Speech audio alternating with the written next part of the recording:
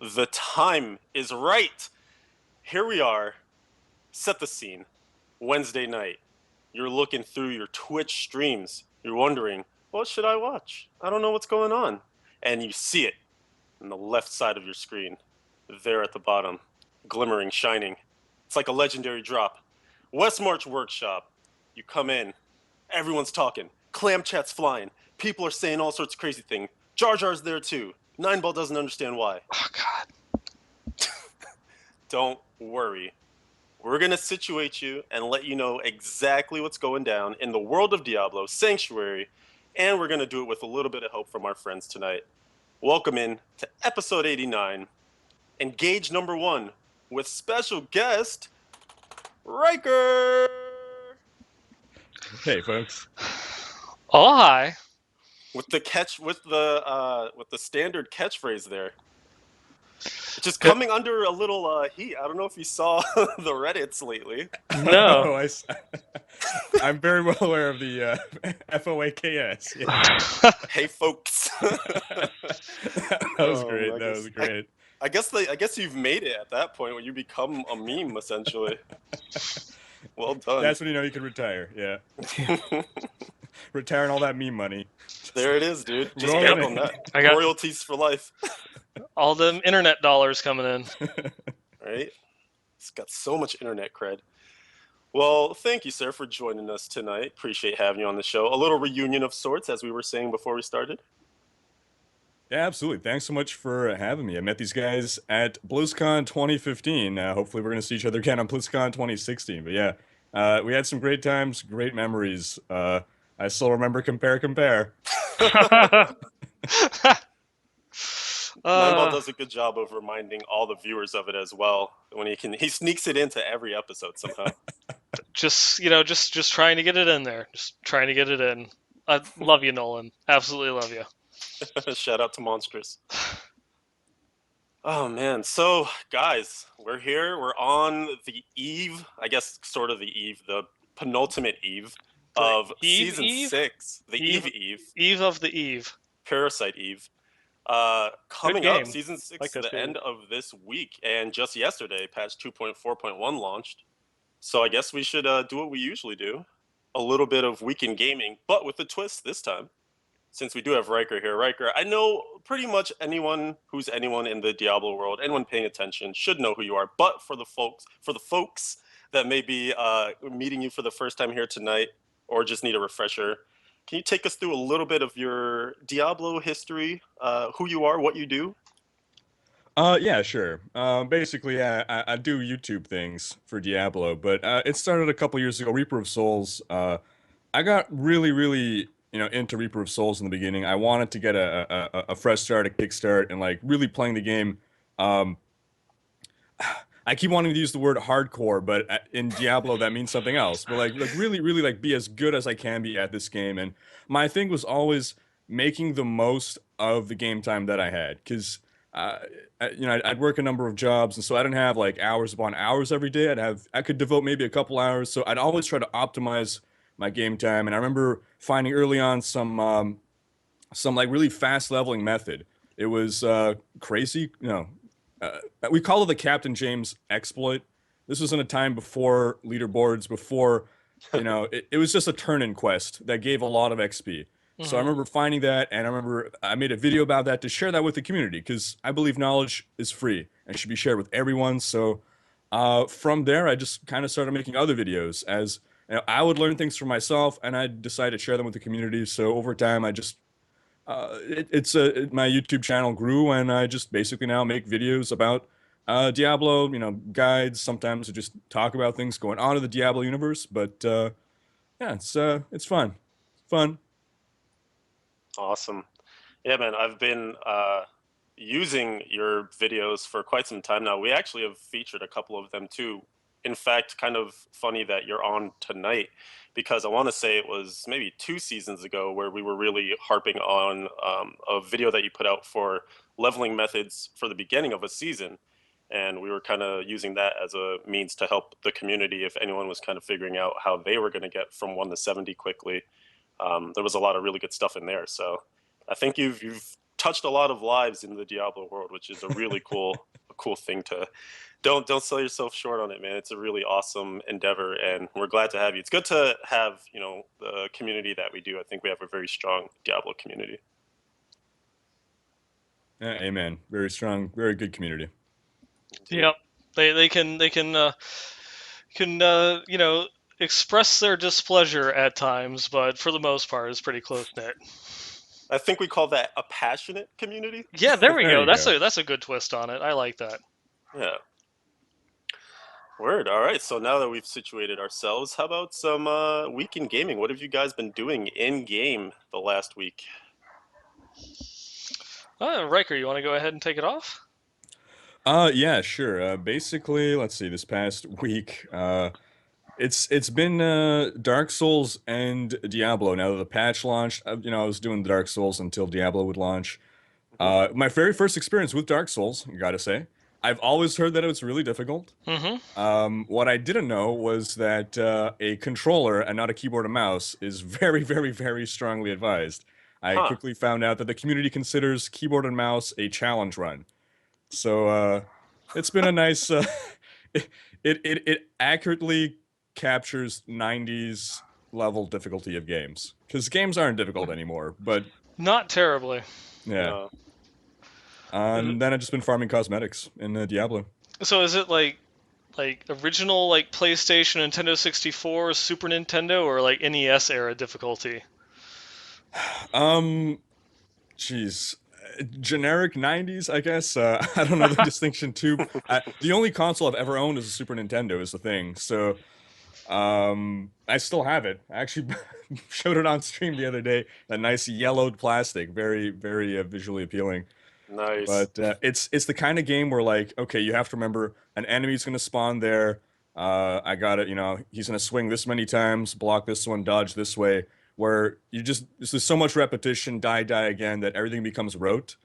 And so there is some level of satisfaction in overcoming the challenges. Yeah, I had one of my people that I always refer to, my first roommate when I moved up here. I saw him play Dark Souls 1. I'm assuming you're playing Dark Souls 3, right? Because that was the one that just came out. That's right, yeah. Yeah. So I saw him play that first one, and I'm assuming they haven't changed too much. But yeah, it was really kind of a issue of figure out what is going to kill you and then how you're not going to be killed by it the next time around. And it was hilarious because he's a very slow learner. I don't know how it was for you, but sometimes he died to the same thing the same way 5 times in a row. I'm like, you should probably do something different. He's like, I got it, man, shut up. It was just so much fun to backseat. I'm sure your chat probably had a lot of fun with you too. My chat helped tremendously, actually. Oh, that's good.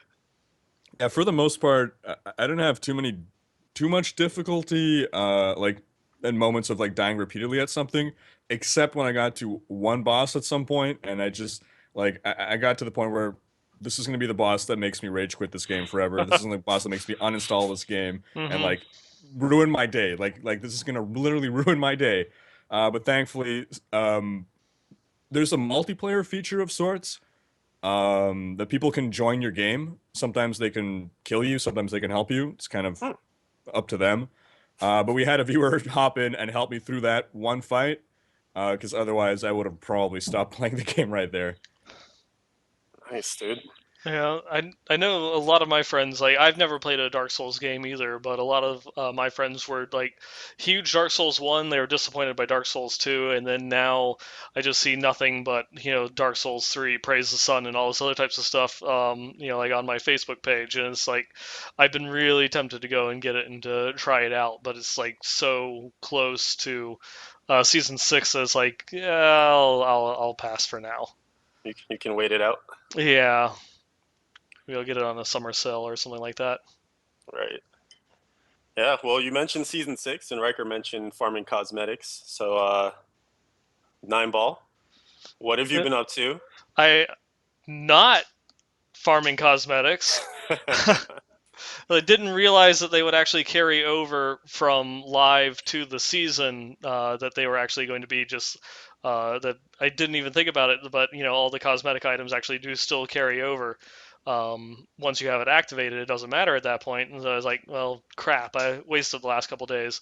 But other than that, it's like I've been traveling a little bit, took a little vacation, took some time away, as you might have seen on my Twitter page, preparing for season 6 at the beach up in Melbourne, and went to a hockey game, watched the Panthers unfortunately lose in the what is that the playoffs for the Stanley Cup, which was saddening. But Tampa Bay is still in there, so Florida team is still there. I'm sure Monstrous is going to be like excited that I'm actually paying attention to like hockey or something like that. But it's just, come on, it's Florida teams have to go through and do it, and a couple of my friends are really big into hockey, so that's helping generate my interest. But other than that, it's been waiting for season 6 to come and hit, and just getting ready for that stream on Friday. Oh yeah, man. We'll definitely have to talk about that. Getting prepped up for season 6, and that kind of will be one of the main topics that we dive into here. For those looking for a table of contents, we definitely will talk a lot about season 6, how to prep, both in real life and in game, and also just what to expect and some plans for that very first weekend. But yeah, I'm with you guys, mostly doing different stuff that isn't Diablo for a portion of this past week in gaming. There was one little bit of gaming that I did do in this past week. Yes. Whispers of the Old Gods. Oh yeah, that's right. That came out yesterday? Yeah, it just came out yesterday, and I went through, like, you got the 13 like free packs. So if you play Hearthstone or are somewhat interested in it, you get 3 free packs just for logging in during the promotional period, and then you'll get a quest to win 2 games in standard mode, which will give you 5, and then another quest to win 7 games, which will give you 5 more packs. So you can get 13 packs for free just by playing a couple games. And then I did the pre-order for the 50 packs, and then spent like 1,000 gold to buy 10 more, and only got 2 legendaries, and they're both kind of garbage, so nothing too exciting there, but it still has been a lot of fun. And after watching Crip and Criparian and Rob go and play a couple Yogg-Saron decks, I just need to craft that card with all the wonderful RNG sadness that is going to come from it when it kills you 9 times out of 10. I have been seeing some tweets from people, not necessarily showing like their decks or like card. I've seen some card pulls, so like some people showing their results from packs. But I did see one in particular where it was like a praise Yogg-Saron or something, and there was an image of 15 spells that had been cast when he was played.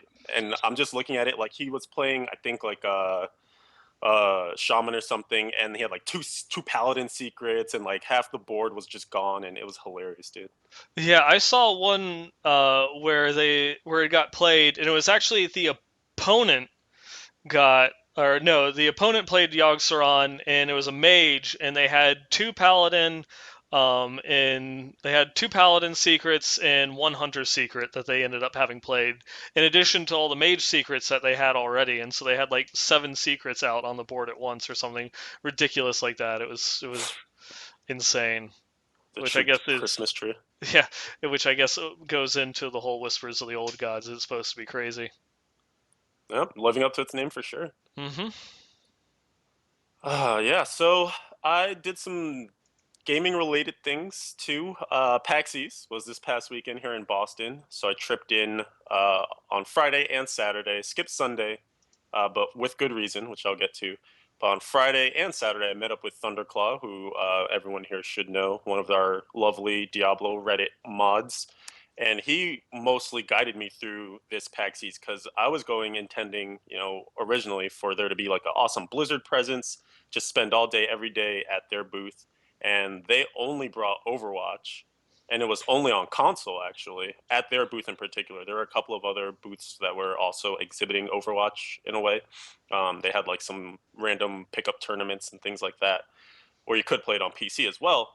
But as luckily, I was able to get a media badge thing to go into the actual event. So one of the benefits from that was being able to skip the line. So Thunderclaw actually let me know that I could do that, and then he was like, "You should use this power so I can play Overwatch right now." So then we skipped the line, and I got to play that first day on Friday and absolutely sucked. I played Soldier 76. I got camped all the time. Well, I don't even know I got camped. I just got killed. First person shooter things, throw words out there. It was bad. I couldn't aim. I couldn't do anything. And then the next day, one of my friends from work actually was there with a couple of her friends, and I was like, "Ooh, I can help you guys out. Help you skip the line." So I skipped with them, and we played again, and that time went much better. I played Mercy, and then I was just like, I have no idea what I'm doing. So then I switched over to Reaper, and that was a lot better. And we won one game, we lost one game. They let you play 2 rounds basically. So that was a lot of fun. It was a cool event. Met up with a bunch of people, both from like work and online, and all sorts of met some new people as well too. Got to play a lot of random games. Like I played this one indie game that I'm totally going to look for when it comes on the Steam, which is called Crush Your Enemies, and it was like a real-time strategy game where you control these barbarians.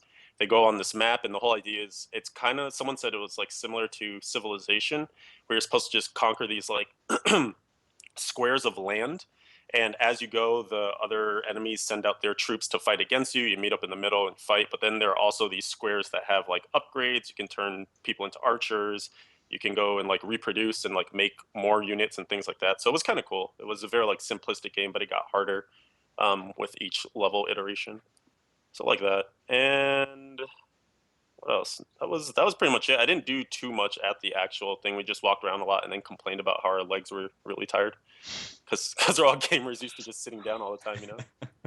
I thought you ran. Yeah, I haven't done that in a while. Uh-oh. I got to get back in shape, man, for sure.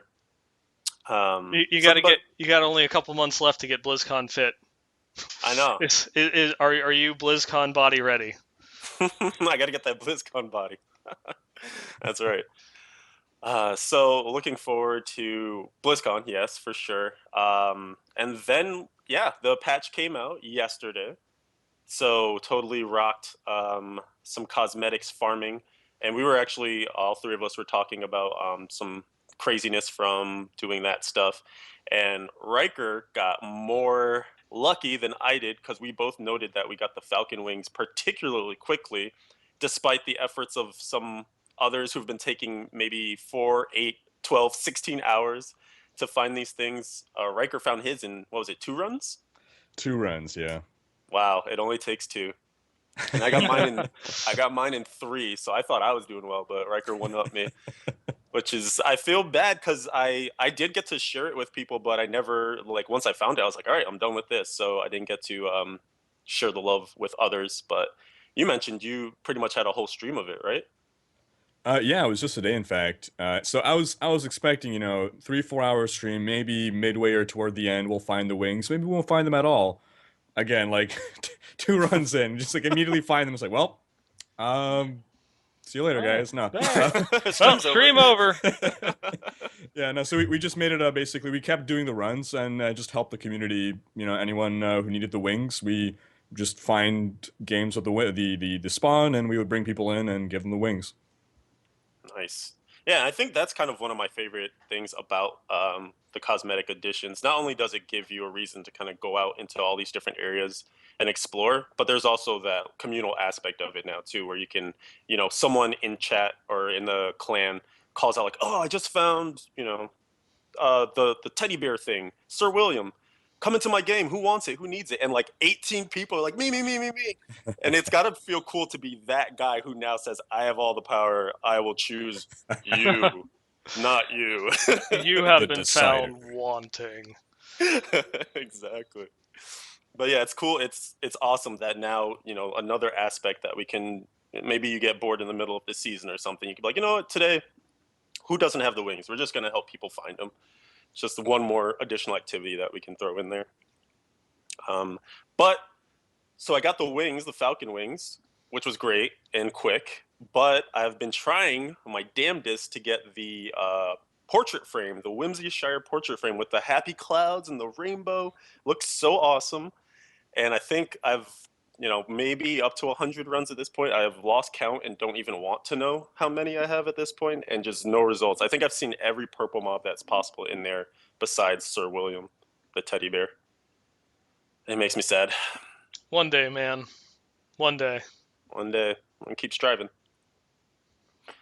But yeah, so I guess that can lead us into our first news item, which we already mentioned anyway, which is that the patch came out 2.4.1 yesterday around the afternoon time here on the East Coast. And it looks pretty much like we saw at the end of PTR. No major surprises from what the notes were. So if you haven't been following along, the best way to sum it up is that any item or skill that generated health globes, they nipped that in the bud. That meta is gone. They replaced a lot of those powers with other abilities, basically. Like now, instead of, I'm not even gonna be able to remember. I know the Crusader one for Laws of Hope. Instead of generating health globes off of Hopeful Cry, now it just gives you I think a physical damage reduction, 25%, or maybe it's non-physical. But so they did basically take whatever gave you health globes in the past and turn it into something else. This was also the patch that had big changes to legendary gems. A lot of them got some defensive elements to them or some healing elements to them. So those are definitely worth looking at. This is also the patch where we were talking about basically every damage source becoming multiplicative. The Wolf Companion, you guys can throw ones out too that you can think of. I can't even think of any others. Akrat's Champion, archery passive for demon hunters. Like so many different things are all multiplicative now. So you'll be doing more damage. There is power creep in this patch. Speaking of which, many of the sets that weren't very popular in 2.4.0 got a nice boost. Their numbers have been improved or their functionality has been improved in some way so that they just output more damage to be competitive. Even some things that were already really good got buffed up too, like what is that Fan of Knives dagger? Yeah, the Greenstone fan. That its damage for that got doubled. So I mean, there's just, if you thought you were clearing high GRs before, prepare to go higher this time. Everyone looks like should be in the 90s, no problem. Yeah, if you didn't have a spec that could already make it there, you probably will, or you'll have multiple specs now that can actually get up to that level. And then what else? The other major change in this patch, at least in my opinion, was at that higher Greater Rift difficulty, which we were just talking about. So now past Greater Rift 70, so 71 and up, you have both a reduction in the amount of damage that you'll take, and you also have a reduction in the amount of experience that you'll gain. And so what we're hoping to see here is that you should still be able to go up now that they removed all of those crazy health globe generation things. You should still be able to go up into some decently high GRs. But the teams, the 4-player groups that are just like ridiculously destroying high GRs very efficiently, effectively, shouldn't get too far ahead of people who only do solo or only do 2-player groups or aren't adhering to the meta. So hopefully we're going to start to see another patch where that distance between like a solo player and someone who's really grinding that 4-player groups shrink even more than it did from 2.3 to 2.4. Yeah, there was the post by Nevelistus recently, which the dev team is already prepared to see that the group meta might not clear as high of a Greater Rift this season as they did in Season 5. They don't know if they'll actually be able to do it or not, but they said that they had that kind of like expectation. Makes sense. Riker, were there any changes in this patch that stood out to you in particular, or ones that you were like genuinely excited about, or made you scratch your head, perhaps? I think overall we're seeing some good changes. Apart from things that, I guess, things that you didn't already cover. One thing that I got really excited about preemptively was Shadows and Marauders was initially interacting on PTR. And I'm like, oh my God, because this was something that happened on the previous PTR, but then toward the end, Blizzard stopped the basically your pets, your sentries from benefiting from the Shadows 2-piece set bonus. So it just seemed that in this PTR they were kind of reverting some nerfs that they had done. So I thought, oh, they're now allowing this interaction again. And I got excited about the Shadow Marauder build, only to find out from John Yang via Twitter, no, this is not intended and will be patched out. And so it was a roller coaster of emotions there. Yeah. Uh, I'm in still, a glass case of emotion. I still want to say is while they were tweaking that damage value for the 2-piece set bonus on the Shadows Mantle, what they did when they like had upped it from like the 600 to 1,000 before they rested on the 12,000 is they just went back in. They're like, oh, we already have a string of code for it doing 1,000% weapon damage, so let's just null the 600%, turn the 1,000 back on. But that was already, it was the 1,000% bonus damage, but it was, everything that you did was the 1,000% damage bonus, including the sentries, which is the thing that they had turned off, and they added in different code, so that way it was only your attacks and not your sentries damage. Yeah, that's unfortunate though, because it was giving relevance to that sort of ill will, the one that lets you get extra damage off of your chakrams. Mm-hmm. And now that's kind of out the window again. So yep. It's still that particular build, at least for full Marauders, not so much the Shadows Marauders, is still a pretty decent build, especially for like a starter. Yeah, I guess it will have its role. Like if you before you get into your maxed out cluster arrow type of stuff, then you'll be able to do some chakram stuff. How about for you, Nineball? Anything in particular in this patch that you're like, yeah, this is good stuff, or curious? I never really messed around with the Legacy of Nightmares, spec for Demon Hunters, the Fan of Knives, but now with the new buff to Greenstone's Fan, I might go and give it a try. Mm-hmm. So that's one thing that I'm kind of looking forward to. That makes sense. Yeah, Another thing I was initially psyched about was the Archon Wizard kind of coming back. I guess I wasn't really. It's not that it was the Archon Wizard. It was more that it wasn't the Energy Twister Wizard. And then right at the very end, Energy Twister snuck back in because apparently that needed that little final buff to make it tops once more. Yeah, I saw a lot of vitriol. Or maybe vitriol is too strong of a word, but a lot of Not strong enough. Yeah. I just like people, man, are not happy that the meta looks like it will be the same exact thing they just did for the last 3 months straight. And I keep saying, like, this is the question that we all have to ask ourselves, though, is if we do start to get into this mode, to use a phrase that you were throwing out in a video that we'll talk about soon, if we're getting into maintenance mode for D3 and seasons don't look that different from one to another, there really could be that potential where there is this one like grouping of characters that is the best, and it might stay that way. And will we be okay with that for multiple seasons in a row? Will we have fun playing a season that looks very similar to the last one?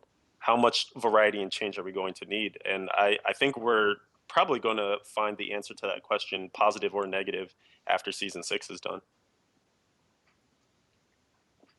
Yeah, I think I would like to see. So if we are going into this sort of maintenance mode, what I would at least hope is that we still do see buffs every season to the underperforming sets, just to try to break up that meta. Because I feel like if there really is no change in the meta, that things are going to stagnate very quickly, and I don't know that they'll be able to retain people's interest if it's just the same thing every time. No new items and no changes to change up anything. I 100% agree. Yeah, I think hopefully there will just be numbers, like, because that's the thing, right? Those are the most boring changes, perhaps, but it promotes what you said, which is potential diversity. It could make it so that one season, all of a sudden, the shadow set is the way to go for DHs, and that makes the season for a DH feel very different. Hopefully, it would kind of reflect and ripple out towards the different groups, setups, and things like that. So maybe you change which class is actually the strongest DPS, and now, I don't know, maybe now you have a 3 support and 1 DPS with a DH, and yay, it's different. I think people would probably prefer to have less than 3 supports, but at least it's a different DPS role there. But yeah, I think. Who knows? I mean, like, support Demon Hunter was always kind of a thing. It was just kind of like off in the side, but now like Marauders support with the bonus from the wolf being multiplicative and the boar carrying over to increase everybody's resistances. Who knows? Who knows? It might be enough to push it up there. Yeah, and that's the thing that we had kind of talked about briefly last episode, right? Was people know what they know, and that's what they tend to test first, right? So everyone who's in the PTR already know that whole setup of Twister Sword and 3 supports. So maybe that's just what people went to, and they're like, oh, if this is still strong, this is what we'll use. But who's to say that there isn't some other potential setup that either rivals it or is actually better, and we just haven't gotten there yet? Because in the same way, wasn't it last season where it took a while for that meta to emerge, right? Yeah, it did. It did take a little bit in season 5 to come. I mean, the at least the wizard DPS build was there kind of from the beginning, but then getting the proper support set up and everything, it was a couple weeks before that really became prominent. Yeah. So maybe hold out hope, but it seems seems a little bleak maybe if you are huge into the 4-player meta and you were hoping for something different. Yeah, might not be too much changing up at the top there. So it I guess at least for the solo players, you might I guess non-wizard solo players, you might see some difference. Right. Right. And actually, maybe a good lead in here. Do you happen to have that graphic from someone? I remember, I don't know if you guys remember the episode that I did with Monstrous. We were talking about that awesome graphic he put together of the class compositions for like 4-player, 3-player, 2-player groups, and we could kind of see which class was taking which slice of the pie. And then someone on Reddit actually went and updated his awesome graphic, and they threw in all the results for season 5 there as well too. No, I don't have that loaded up. Son of a gun. Well, you guys can know that it was really awesome, and we can talk about it, I guess, instead of showing it. I linked you guys in chat and in the call. Nice. So there we go. So at least those who are watching live can take a look here, and we'll probably put a link to that in the show description, at least on YouTube and whatnot. But it shows pretty clearly that at the end of season 5, things were as we perceive them to be, which is 4 equal slices of the pie for 4-player group on Barbarian, Monk, Witch Doctor, and Wizard. And you can guess what roles each class was playing. You already know the story. Wizard DPS with that Twister Sword. Totes Witch Doctor DPS with Wizard support. Oh, was that it? That was the secret. The secret meta. That's it. Toad's OP, as Wild Bill was saying in chat. So that didn't change at all since the last time that Monstrous had made his graphic as well too. And what's really interesting about this one in particular is that it covers all the past seasons. So, or I think Monstrous's did too actually. But we can see kind of the prevalence of the DH in season 1. They had 50% of the pie, because you'll remember there was 2 DPS DHs back in the day. Yeah. With support Crusader and support Witch Doctor. And then it was only in season 4 when Witch Doctors finally left the grouping, and that was because we had the what was the static charge monk, and then the support monk as well too. So it's 50% monks. The season 4 one is so funny because it's like you'd have 1 support monk and 1 DPS monk, and then the Crusaders was just the better of the 2 at the time for the DPS support, and then just support barbarians. Yep, for that sweet ignore pain. Mm-hmm. I think the funniest thing, though, from this graphic is the class representation for the 2-player in season 4, where it's literally just a 100% yellow for the monk. God damn. People have compared the season 4 to the season of Pac-Man. Yeah. They have won. Oh, it's too funny. Yep. So yeah, I mean, we don't know what these. Hopefully, for season 6, we'll continue to get infographics like this, because it is really cool just to not only log the history of the game as it changes from season to season, but also just to kind of get that bigger sense, that bigger picture awareness of kind of where everyone stands and what the numbers are. And again, these we should mention it's the top 100 class representation. So in the top 100 of each grouping, so 4-player, 3-player, 2-player, what classes are represented in those numbers. And so, I guess what that would mean for 4-player, if you think about it, would be 25 groups, and all 4 players in those groups, what are their classes, basically, if you want to boil it down. So pretty interesting stuff. And always awesome to see the community coming up with infographics, even when we beg Blizzard for them and they don't necessarily give them to us. Maybe one day. Yeah. What I think is Kalsa still in chat? You can come on, Andrew. Help us out here. And another thing to follow up on this as well too, just more statistics, more community-made statistics, by the way. Lala, whose graphical representation of the average clears in GRs that we had discussed, I want to say about mid-season for the first time. She finished it for the entire season, so it actually shows a graphical representation of the averages of the top 1,000 softcore and hardcore leaderboards for each class, exactly where they stand, and also the raw data there as well too. So like, which classes, how many Crusaders cleared 88 as softcore, and I can tell you that was 25 Crusaders. And what we were kind of hoping with these statistics would actually be being able to see the effect of the bots being removed. But when you started to think about it, it shouldn't shift the average all that much, because the bots are the ones who have the highest advantage, so they're going to be near the top. They'll be the outliers, and therefore they would be removed, because your average player is probably the ones who are sitting in the middle of the density of greater rifts cleared. And so, if a few average players were botting, maybe they were just botting terribly, but they didn't make it to be an outlier to the top. So their removal doesn't necessarily shift the average all that much, and neither does the removal of the most extreme results. But yeah, so overall, pretty interesting. I guess the most curious thing that you probably want is who had the highest average. That was the Crusaders. In softcore, they had an average of 83.5 for their GR, so about 83 to 84. In softcore, or did I say hardcore? Softcore was 83.5, so 83 to 84.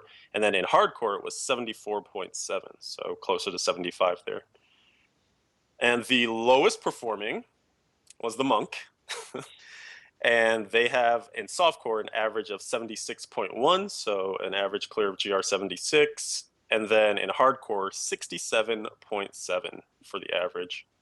So that was not the class that you wanted to take for your Guardian, apparently, in hardcore. Apparently not. Oh.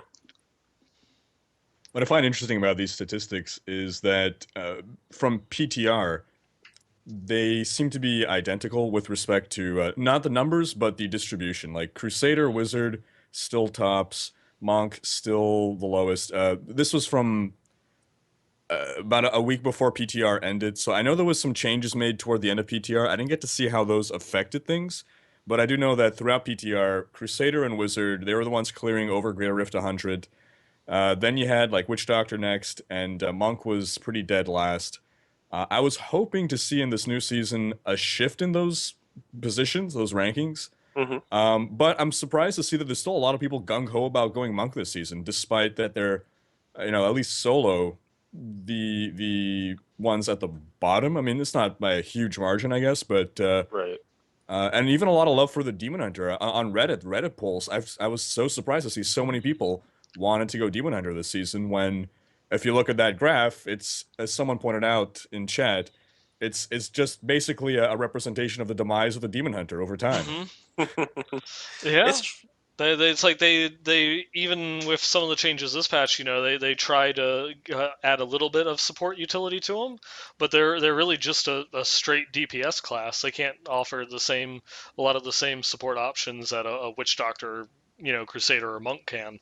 And when all that you have left is DPS, if there's another class, which the last couple seasons there were other classes that just did better damage than you, who then you're left waiting at the train station as everyone else is going off to GR land, and you're just kind of sit there waiting like, oh. You've missed your train. I think it maybe one thing to consider is that so obviously if people are going to choose their class based purely on power, then it wouldn't make sense for them to choose DH or Monk, really. But I think if you consider popularity, to me, those classes have always seemed really popular. Um, I don't know. You could say that Monk is propped up by the fact that Quinn is such a big presence in the community. So maybe a lot of people are just like, well, all the work is being done by him, so I can just copy what he does. But I think Demon Hunter in particular, like there are people who stream Demon Hunter, but I don't think it's necessarily been like a favorite or a class that's been like so well figured out and blah blah blah the way that Monk kind of is right now. But I just think in general, people really like the way that the Demon Hunter plays. They really like the speed of it. They really like the sets that they have offered. So maybe that has something to do with just continual popularity, even as we see the demise of it over seasons. Yeah, I mean, I still love continually go back to playing a Demon Hunter just because I enjoy the class, the mechanics, and like the play style. So I've been hooked for a very long time, and you can see around the community that there are a lot of people that if they're not specifically playing for that higher end competitiveness and are just playing to have fun or whatever it is that they prefer to play, then Demon Hunter is very popular amongst that crowd. Mm-hmm. And you know what is also interesting is that I think, well, I don't know if I want to say that. I was going to say that perhaps one of the things that might account for some of the averages being the way they are, it depends on if the class's main way of clearing GRs is probably a lawn set, right? I mean, I guess that doesn't really make sense because Crusader is as high as it is and Legacy of Nightmares is huge for them. But you might say that the average could potentially be lower than necessary because lawn is such a hard set to get together that characters who just never get it will always have a lower GR than those who do get it.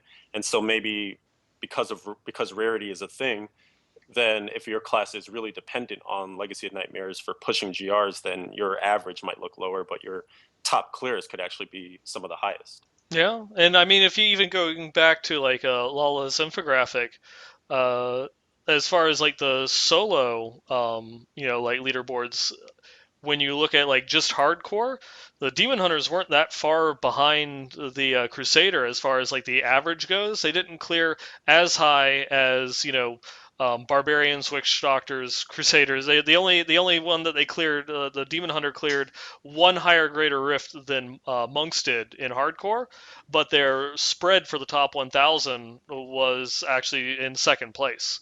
Yeah, because they had just higher concentrations, or they had better concentrations at higher greater rifts than a lot of the other classes did. That even though there was a few people on like Crusader and Wizard that were able to push really high, not as many other people were able to catch up to that point. Whereas the Demon Hunters they were able to get a bit more, up there. It That's a does. good point. Better. I guess I should say it's like the Demon Hunter class. People that were playing Demon Hunter had better consistency. Maybe that's because it might not have been as popular, because like Crusader and Wizard were kind of flavor of the month or flavor of the season, I should say. That a lot of people were attracted to that and might not have been as good at the class. Whereas the people that were still playing Demon Hunter and making those pushes in the higher end competitive side just were, better players. Could very well be. Yeah, there's so many like X factors. It's tough to know exactly what pushes the data and the results to look the way they look. Another thing could be like maybe people rolled Monk.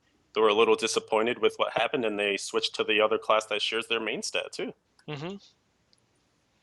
Could be. Yeah, I had a notice actually that the Demon Hunter is the number 2 for the solo hardcore Greater Rift pushing.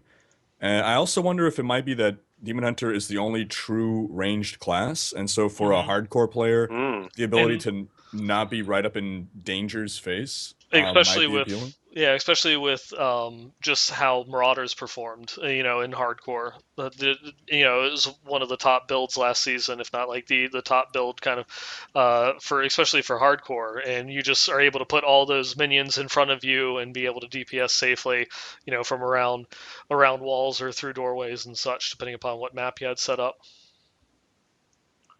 Yeah, definitely things to consider. That does make a lot of sense, though. Yeah, range is obviously going to be safer in hardcore, so if you're looking to stay alive, which is the name of the game, makes sense to me. All right, so I think we've given a good retrospective on season 5 with all of those things. I think now get your hype machines ready because I think we should talk about some season 6. Hell yeah! I am so stoked. Riker, I know you in the past have gotten streams together, gotten people together for that, day 1, minute 1, go, go, go, rush it all. So how are you tackling season 6 this coming weekend? It's gonna be the same thing. I guess it's started to become a tradition now. Ever since season 2, we've done that every time. So Friday, 8 p.m. Eastern is when the season launches in NA, and we got our 4-man group. It's gonna be JHow, another Hey, streamer shouts to YouTuber. Jeha. Yeah. We're gonna have with Steve, who is another a streamer, and a guy, Sia Steve, who's a streamer and he's Blizzard's esports coordinator. You would understand. Jayhow's bringing him in, so Nice. we've got our group. We're gonna try to do 3 hours or under 3 hours. We're gonna have our little timer going, and we encourage people to like follow along, play along as well. Like, if try to do the race too. It's, I don't know, to me that's the most exhilarating part of the start of a new season. It's just seeing how quickly we can do it. Can we beat our last time? And every time so far we've beat our last time, but I think last time it was around 3 hours. I feel like we might be it might be difficult to beat our last time since there's not really been really new techniques that have emerged so much since Mhm. last season. So it's just getting down the techniques that we used last time, minimizing that downtime, and hoping for good RNG. Definitely. Yeah, and I really do agree with you. Like, there's something special about the beginning of the season. I think it's just because everyone is at the same exact place at once, right? Like, there's none of that, like, well, honestly, though, by Saturday, there is that, oh, hey, can you power level me? Yeah. People! I mean, crap, as soon as you ding 70, there are people like, oh, can you help me now? So true. But okay, so it's a little less than it normally is, but it's awesome because everyone is just striving at the same time. No one has the best gear yet. No one has that advantage, but everyone is trying to figure out what is the best way to get to 70. So everyone's using their different methods that they've researched or tested themselves. And the great part about like streaming or being part of a community or being part of a clan is everyone does their check-ins, right? They're like, "Hey, I just hit 45. Oh shoot, Riker's at 47. All right, guys, we gotta go harder. Gotta We beat him. gotta Gotta we beat him. gotta upgrade our rubies. We gotta get our canes. We gotta do something." So I love it. I think that little competition, as even though it's only so short-lived, now that we're trying to beat it faster and faster, and it's down to a mere 3 hours. It is more short-lived than before, but at the same time, it is one of my favorite parts as well. So Nine, what's the plan, man? What are we gonna do for season 6 on our side? Oh, well, I know that you had the email went out that we had the group together. Let me go through and pull that up. Lala is going to be going through and joining us again. This is like third or fourth season in a row that she's been with us. I think it's the third time, maybe third or second. Yeah, but then we also are going to have a new face that's going to be joining us this time. I always screw up it. Toes, You could toe. I'll just toe, get it out. You can do it. toes nut, toes nut. Close enough. Yep. So yeah, Uh, my buddy Togaze Nut will be joining us Toge's as nut. well. There we go. All There right. it is. Trying to make me pronounce things. What is this? Put you on the Yeah. spot. No, but we'll be going through and doing our usual stream, like right there at the season beginning. I think our group was Demon Hunter, Monk, Wizard. He, Whoa, is Toge's that the? nut, Toge's nut changed his what he was running at last second. Yeah. So wait, who's playing what class? Well, I'll be running a Demon Hunter. Uh huh. You'll be running a Demon Hunter, What? You but heard it here not first, folks. not a strength-based class to start off the season. Crazy. Craziness. Lala, as normal, is going to be running her monk, and then Toge's Nut is going to be running a wizard. He was planning on being a monk, but then changed his mind. Yeah, it would have been nice to have the double up, so there'd be some serious gear sharing going on. Mm-hmm. So, Riker, you test everything in the PTR. What have you decided for your very first rollout? Um, I People who kind of know me were surprised or would be surprised to hear this. I'm actually going with a witch doctor, which has been my least What? favorite class. It's been my least favorite class by far. But I think part of why I'm actually excited to play Witch Doctor this season is because it's been my least favorite class. I've not played it as much. Like I normally spend time on all the classes, so it's gonna be fresher for me, I suppose, to experience. Also, I'm kind of hyped about the Helltooth pet build. My first impression when I played it was that it wasn't very engaging as a playstyle, but it's kind of warmed up on me. And given that I'll be streaming, it affords me, it's not completely hands-free mode, but as opposed to like an Archon wizard where you're constantly spamming all the buttons at the same time. Right. With a pet doctor, I could glance at chat a bit more. So Hmm. reminds me back of my like Marauder days of old Marauder when you would set it and forget it with the sentries, and I just look at my other screen while my sentries do the work, Like, hey, pay what's going attention on, to guys? Twitch chat. Yeah.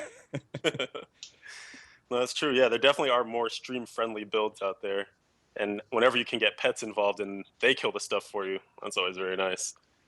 So, going Witch Doctor, excellent. And you did mention, or maybe you didn't mention actually, you mentioned Helltooth, but your starting set is Zunimasa. How's that going to work for you? Poorly. I think Big Daddy Den was working on a Zuni build though, so we'll have to see if he comes up with something. But I mean, ultimately, if it means it takes me a little longer to get to my end game gear, I'm comfortable with that because that's the fun of the game is the journey of the progress. And I Hmm. don't know, fast forwarding too much through the steps, I don't know, it just it becomes less exciting to just farm for better pieces of the same gear that you already have. I Yes. I don't mind going through those different states. Yeah, that's actually I mirror those feelings very much, just because I love the journey more so than actually getting there and having to go and complete like the last couple steps for the seasonal journey. It just uh, that whole process of gearing up and where every single piece that you get or drop or little every orange beam is like, oh, what is that, let me go and check it out, is it an upgrade, let me see. Hmm. As opposed to towards the end of the season where you just look, is it ancient, nope, salvage everything. Yeah, exactly. There's way less chance for you to get some good stuff. So there is that, early season excitement of, oh man, like this is my first ancient set piece, first ancient weapon, and how life changing a lot of those things can be. It's always such a good feeling early in the season. I did want to quickly go over all of the Hadrid gifts sets that players can expect to get depending on which class they start the season with. Because that's usually, I know people will kind of cherry pick their favorite class in general, but another thing to consider as well is which set will you get from your Hadric's gift, because that can certainly springboard you into the season a little bit faster if you don't like the journey or you just want to be the most powerful right away. So there is some consideration to be made there. So let's start out. Barbarian, you're getting a Legacy of Riker, not to be confused with Riker. Uh, Crusader, you're getting the Armor of Akan. Demon Hunter, Embodiment of the Marauder. Monk, Ina's Mantra. Witch Doctor, Zunimas's Haunt. And Wizards will be getting Delsir's Magnum Opus. And quickly, how to get those Hadrig's gifts. You have 3 objectives as part of your seasonal journey that reward you with Hadrig's gifts, and when you complete those objectives, those Hadrig's gifts, little cachet boxes, are sent to your mailbox, where you then claim them, open them, and pieces of your set will drop out. So the first one is to reach level 70, easy enough. The second one is defeat Izual at level 70 on Torment 2 or higher, but obviously, do the minimum, go Torment 2. And that's different from last season. Last season it was Zoltan Cool, so this season they changed it over to Izual. And then you need to do a Grid Rift 20 solo, which is the same as last time around too. So those are your marching orders for very early on in the season to get that first set, and that should be one of your main prerogatives because that will give you a huge boost. Going basically from rags to riches gets you right into Torment 6, Torment 7 shape once you put that 6 piece on. I got a question for you guys for your leveling path. I noticed you got 2 demon hunters in the party, correct? For your leveling group. So are you guys going to go for Leoric's crown? It's a great question. We were actually, so shout out, by the way, Desolacer, I've noticed, has been in the chat. He threw in a guide on Reddit earlier today, I believe, or maybe it was late last night. That, again, there are so many different ways to skin the cat in terms of leveling to 70. He put in his Google Doc as to the best method, in his opinion, to get to level 70. And part of it involves what Riker is mentioning, which is going into campaign mode and actually having your fastest class, which at that point is usually a DH because they can just vault all over the place, go and get to the checkpoint for, and correct me if I'm wrong, because I have never done it, so I'm not totally sure on the specifics, but you get to the checkpoint for the Skeleton King, and then everyone in the party has to get to level 21, which is the level at which you get a guaranteed Leoric's crown from the Skeleton King when you defeat him for the first time in the campaign. We've never done it. I don't know, Nemba, what do you think? Should we incorporate it this time around? Yeah. Actually, did we do it last season? No. I think the last season, our difference, the thing that we did that was different was we did bounties, and we waited until we were about, I think, level 25 before we turned it in, and that was in order to get the Kane's Fate plan to drop. So we could craft that set right away. Yeah, I don't know. We could give it a shot, I guess. See how it is. Yeah, might as well. Did you try that, Riker, last season? We didn't do it last season, but we did it, I think it might have been season 2. We did it at some point. Basically, the thing is, the groups that I roll with tend to be groups that it's like our first time playing together. I often don't know what to expect from the people.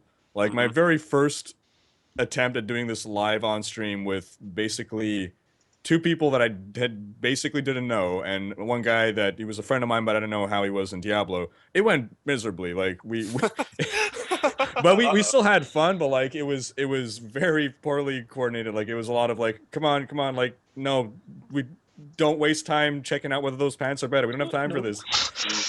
So you always have that one friend that has to like stop and like pick up everything. Like back in the D2 days, it's just like, it's a cracked sash. You don't need to keep it in your inventory to sell. It's fine. Move on. Yeah. So I think like if you don't have like a super coordinated group, then it's probably not worth it. If you do have, also if you don't have a demon hunter, it's probably not worth it. Demon hunter with a vault going to be the fastest class to do this. But if you could have a coordinated enough group, then it will pay off. Like you'll lag behind a bit, but the payoff of having the crown should pay off in the long run. Probably not hugely, but enough for it to make a difference at like high levels, I want to say. But like to me, it's just, for one, we're not gonna have a demon hunter in our group, so it's just out of the question. Even if we did, I probably wouldn't do it. It's just an extra bit of hassle for a group that hasn't practiced. It would probably just cause delays. Yeah, I think that's kind of where we have fell with it in the past, is that we kind of had a good thing going with, we did some stuff in bounties. Now we're just rolling into the rifts at this point. Just keep that going, because it's easy to keep everyone on the same page that way. I don't know. I'm actually kind of curious to try it just to see how much time it would shave, if any. And then we have that data for one season, and then maybe we do or don't do it again if it doesn't go as successfully. Yeah, and Drac1447 in chat was actually going and mentioning something that I've seen some other streamers do, is you have another person that goes and gets the checkpoint. So you have a 5th man that will go and get the checkpoint. So that way the 4-player team can then just go hop in, they leave, and then you kill Leoric, you get the crown, and then hop back into your rifts. Isn't that kind of cheating though? Like basically you're asking one guy to like sacrifice his journey to 70. Yeah. Take one for the team. It's for the greater good. It's for the greater good, okay? Right. I mean, I guess if you were nice, you would create another game where he could get it. Or I guess that person could just go and do their own, because they would have the checkpoint. Mm-hmm. But yeah, that's kind of messed up, because then they're just sitting there waiting. Oh, man. It's using your resources. Resourceful. I don't know if I would feel bad making someone else sacrifice their season for us. Yeah, you don't want to be a dick. What a dick. Wait and slow. And then I guess one other thing too to recap, I'm reading off of the seasonal journey reward or the season 6 rewards. It's the first look blog post that Nevelistus threw up on the April 25th date. This also discusses the necessary objectives that are needed, for the Conqueror title part of the seasonal journey, which again will be it's confirmed it will be Conqueror that you need for the next stash tab that you will get. We did mention this a couple of episodes ago, but it's worth, this is our season 6 preview episode, so it's totally worth mentioning again.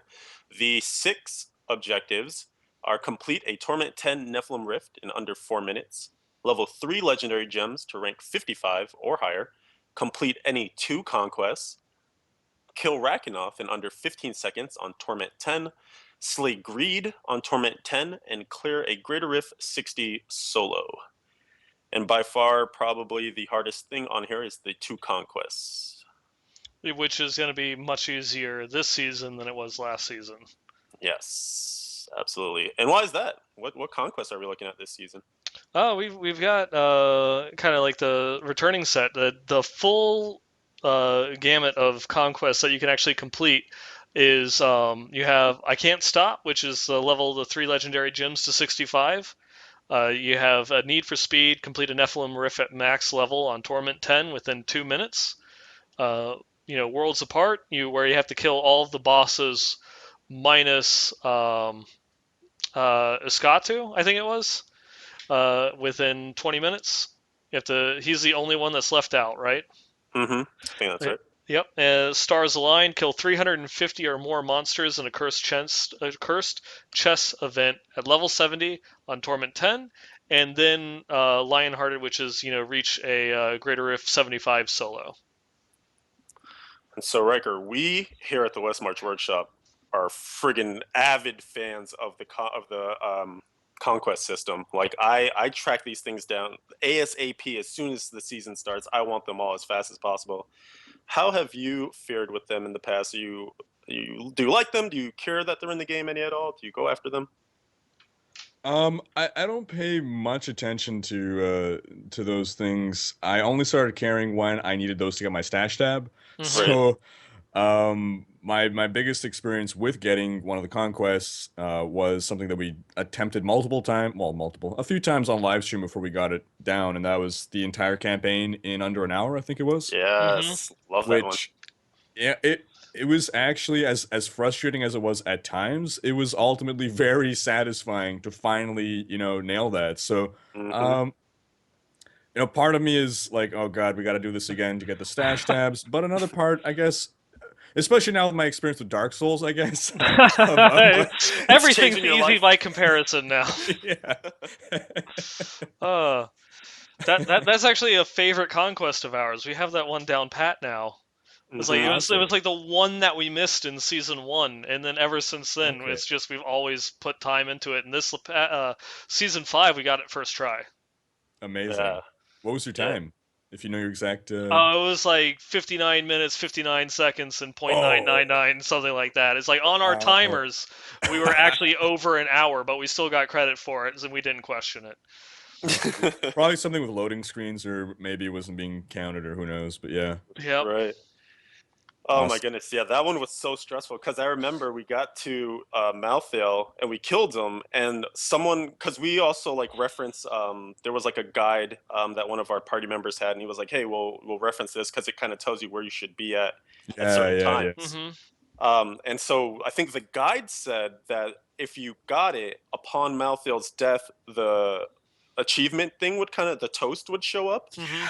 But it wasn't the case, and so we killed Malthael. It didn't pop up. We're like, we missed it. And then after the whole death animation, he died, and then all of a sudden we got the toast. It was like, yes. What a dick, making us think we didn't have it. Similar experience here, except we made it by maybe like 11 seconds or so. So when Malthael died, I thought that's when the timer was supposed to end. which I guess it does, but it's the achievement doesn't pop up yet. But Mm-hmm. so I knew we still had a few seconds left, but then when I saw that we didn't get the toast right away, and I'm seeing the counter tick down, I'm starting to panic all of a sudden. Like I went from like satisfaction to immediate panic. Like no, Oh, no, God. like we got like, and it was our last run of the day, like the last opportunity we would have had that day to do the run before I had to end the stream. So it ultimately it ended up working out perfectly, but that final moment of panic. Mm-hmm. Or Scary. you're just like the animation needs to speed up. Come on, Malthael, just die, go. Yeah, and you're waiting for Tyrael to walk into the center and like finally show you that little exclamation point so you can talk to him. There are no tenser moments. So ridiculous. Imagine if they had something like that, like for Diablo 2, where after you killed Baal, and then it wouldn't actually like give you credit for the achievement until you talked to Tyrael, and just before you killed him, he like teleported to the other side of the map, and you had to go hunting him down, and it's like, no, that'd be horrible. Be so trolly. Yeah, so dude, exciting stuff. Obviously, we're all very stoked for season 6. Riker, there is another component to this though, and it's the days leading up, preparing the mind, the body, the soul for the season 6. I don't know about you. I love to like make sure I have like all my food pre-cooked because I like to try and go for as long as possible. So hope for like a 24-hour kind of marathon for it. I get my coffee all lined up. I just got a huge order of that in today.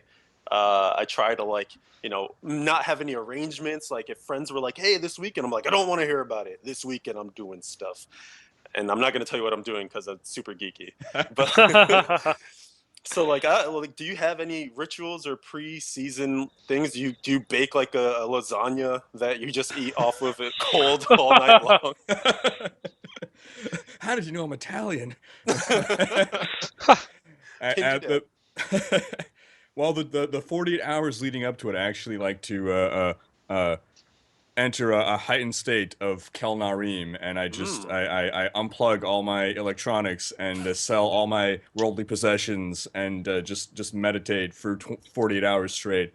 No, I don't have any special ritual. It's mostly just the like right before the stream, I don't know about you guys, but like to me, it's always like super stressful. Like the half hour right before a stream starts, just getting everything together, especially when other people are involved. Like making sure Yes. like so that on the minute of go time we can go.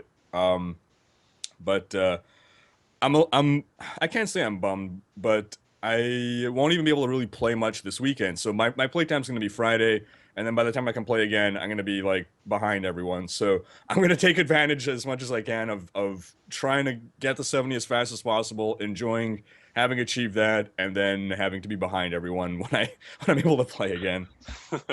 Unfortunately, my situation is going to be similar to yours because it's like I'm planning on trying to do like the all night stream on Friday, and then I work Saturday at 1 o'clock in the afternoon, so it's not going to have a lot of opportunity to go through. I'll be back on like Saturday night, but that the 8 hours that I'm going to be gone at work, I'm sure that's going to be the difference between like being Paragon like 150, and then Steven at that point is already going to be like Paragon like 670 something. In that 8 hour time period, so I'll be left in the dust to be like, hey guys, Can you throw yeah, me some shadow set? please, maybe. Yeah, that is one of my least favorite parts is kind of the desyncing that happens. Everyone has different life stuff going on, and not everyone can afford to throw down 24 hours. I try and arrange for it. I've been lucky to have the free weekend every time, but I know there will be some instances where it falls on like a birthday or got to travel or family things or whatever. So um, I definitely I feel for those that you have the plans, you have all the ambition and the drive, but then real life gets in the way. But hopefully you have good friends that will let you in to their Torment 10 or whatever crazy speed farming that they're working on and feed you. Feed 9ball, as we like to do. Feed 9ball. Sweet. All right. Well, I think unless any of you guys have more on season 6, I think we are sufficiently hyped. I guess the one other thing that, as you mentioned, the comment about feeding me a shadow set is I definitely want to try and play around more with the shadow set or the Legacy of Nightmares. kind of like Phantom Knives build. Looking forward to going through and giving those a try, since I'll be able to start off with Marauders and then focusing some more on farming that stuff up is what I'm looking forward to doing in Season 6. Just, I guess, getting more experience playing some different play styles that I haven't done as much. Right on. Actually, that's a good point. Riker, goals for Season 6? Stash tab. Apart from Goal that, number 1. Hashtag yeah. stash tab. I guess that's the main goal. Really go after the stash tab. I mean, obviously, I'm just gonna try to play it, have fun. I'll probably, I think I said this last season as well, but like to play some non-season as well. But I really just want to enjoy the Witch Doctor. I guess is my main goal. Find love for what was unlovable to me. Love in a hopeless place. Well, once you have like those undead dogs and that like gargantuan going and leaving like a poison cloud all over the place, you'll just fall in love. They're like so cute and adorable. Don't mind the smell. It's just fine. Sweet, yeah. And I guess for myself, goals, have fun. Obviously, always the main goal. Stash tab, definitely main goal. And I think as I was harping on, conquests. I definitely want to finish all 5 conquests as fast as possible. Always one of my favorite parts of the season. So we'll do that and then kind of see where we are after that. Yeah, we'll see. As far as like going through and talking about things that we're getting hyped up for, BlizzCon tickets. Oh, that happened. Yeah, at this point, the both rounds of the BlizzCon tickets went through and sold out, and they I guess like the Saturday tickets sold out even faster than the Wednesday night ones. I saw as fast as 15 minutes. People were saying it was done. Yeah, and I don't know. We'll have to see. I don't know what people's experiences were like on this universe as opposed to what was it, Eventbrite last year? Eventbrite, yeah, or Eventbrite, I guess for like the previous like 2 or 3 years, and then it was just the internal Blizzard servers before that what people had the best experience with.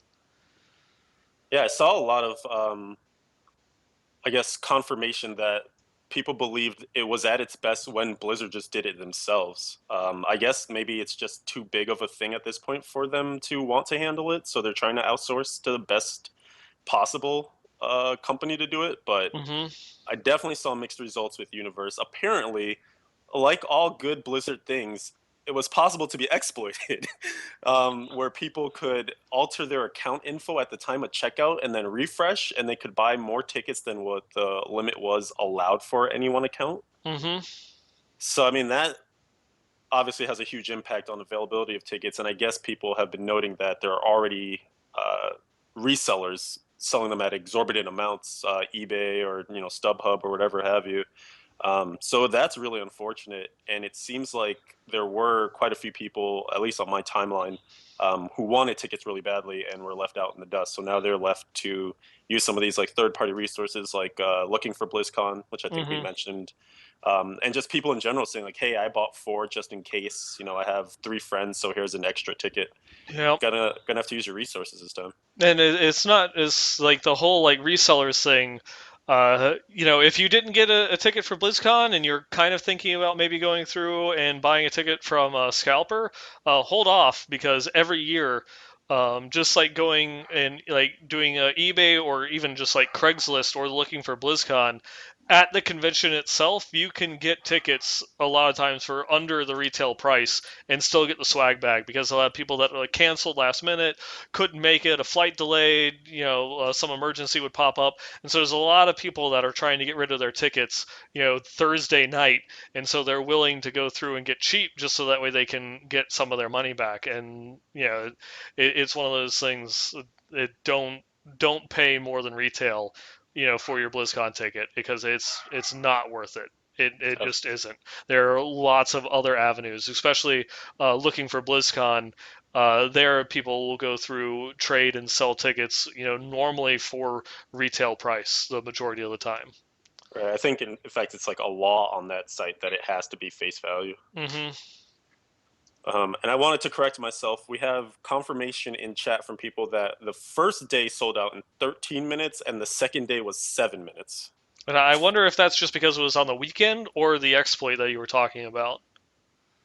Yeah, I don't know to chalk that up to. Probably a little bit of both. It could be. And I guess if you're still looking to get tickets and you don't mind paying an exorbitant price, I believe. Well, I guess it's a little bit too late, but 17 minutes ago, the the benefit dinner tickets went on sale. Oh yeah, yeah. Yeah. We probably should have mentioned that before 10 o'clock, huh? Yeah. Whoops. Was it? Yeah, I think it's supposed to be 10 o'clock, but it says actually it says that it's on sale. Can you purchase them now? Oh, yep, they're still available for sale. I just went through, popped up, and immediately, was able to enter my info to go through and purchase them. There's only 200 tickets for it, but it is $750. Right. I think that price tag makes those go a little slower. Yeah, and I know in previous years that they would actually have a second round of the tickets, the benefit dinner tickets go on sale because something would happen or like a sale would get canceled or a transaction that was pending or canceled or something like that, and they would be able to sell. They'd have a second round like later on. All right. So I think everyone's dying to know. Are we going? Are the three of us here? Are we going to BlizzCon? I guess. Someone is plotting your death right now. It's probably Shadow, just because that way, if I don't go to BlizzCon, all the money that he's going to be spending on some sort of massive, like Jar Jar outfit that he's going to somehow attempt to like lock me inside of. It's going to be like a Five Nights at Jar Jar's, like Five Nights at Freddy's Jar Jar crossover. He's going to lock me in some sort of animatronic Jar Jar, and then I'm just not going to go, and he's going to have to like put you in it, I guess, at that point. I mean, I probably shouldn't say this, but he did send me a Twitch whisper saying, "Hey, we need to get Riker in on the Jar Jar for 9 ball." So coming attractions. Don't you worry, sir.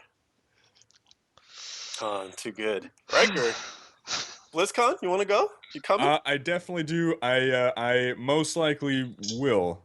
Unless any sudden financial curveballs come my way, it should be happening.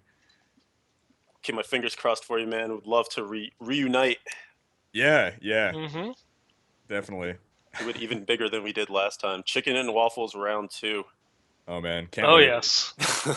I never knew waffles could be that good. I'd only ever had like crappy microwave like frozen waffles or microwave like just wrapped in a plastic from the grocery store waffles and Yep.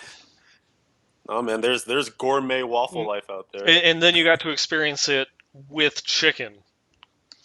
Right? And which with Wyatt Chang. Yeah. Oh yeah, I guess there was that. I guess Wyatt being there was also kind of fun. Yeah, he was the side bonus. He was like the dessert. Oh man, he's probably gonna be like those kids. Yeah. Those rascally kids. Sorry. What? Indeed. So that's BlizzCon in a nutshell. We still don't know virtual ticket details, and we don't know what the swag bag contains yet. So those are definitely things to look out for those of you who, for various reasons, cannot plan to make it out to Anaheim. There, you still will be able to purchase a virtual ticket at some point. I believe in the past we were saying it was $39.99, somewhere around $40. Yeah, it's been around $40 traditionally, but they haven't posted the price of it, so that could change. Right. And last year was the first year you could actually purchase the swag bag, which was an actual bag this time around. So they might probably go through with that again. Seemed successful. A lot of people were very happy about being able to get one. Mm-hmm. Yeah, I would like to see that come back. Even though I hopefully, barring any medical emergencies or anything like that, will be at the convention center itself. But just having that ability to purchase the swag bag for those that can't make it out there and want to experience more of the convention from the live stream, it's an awesome little option. Definitely. And yeah, likewise. I am hoping and praying and intending to attend BlizzCon 2016.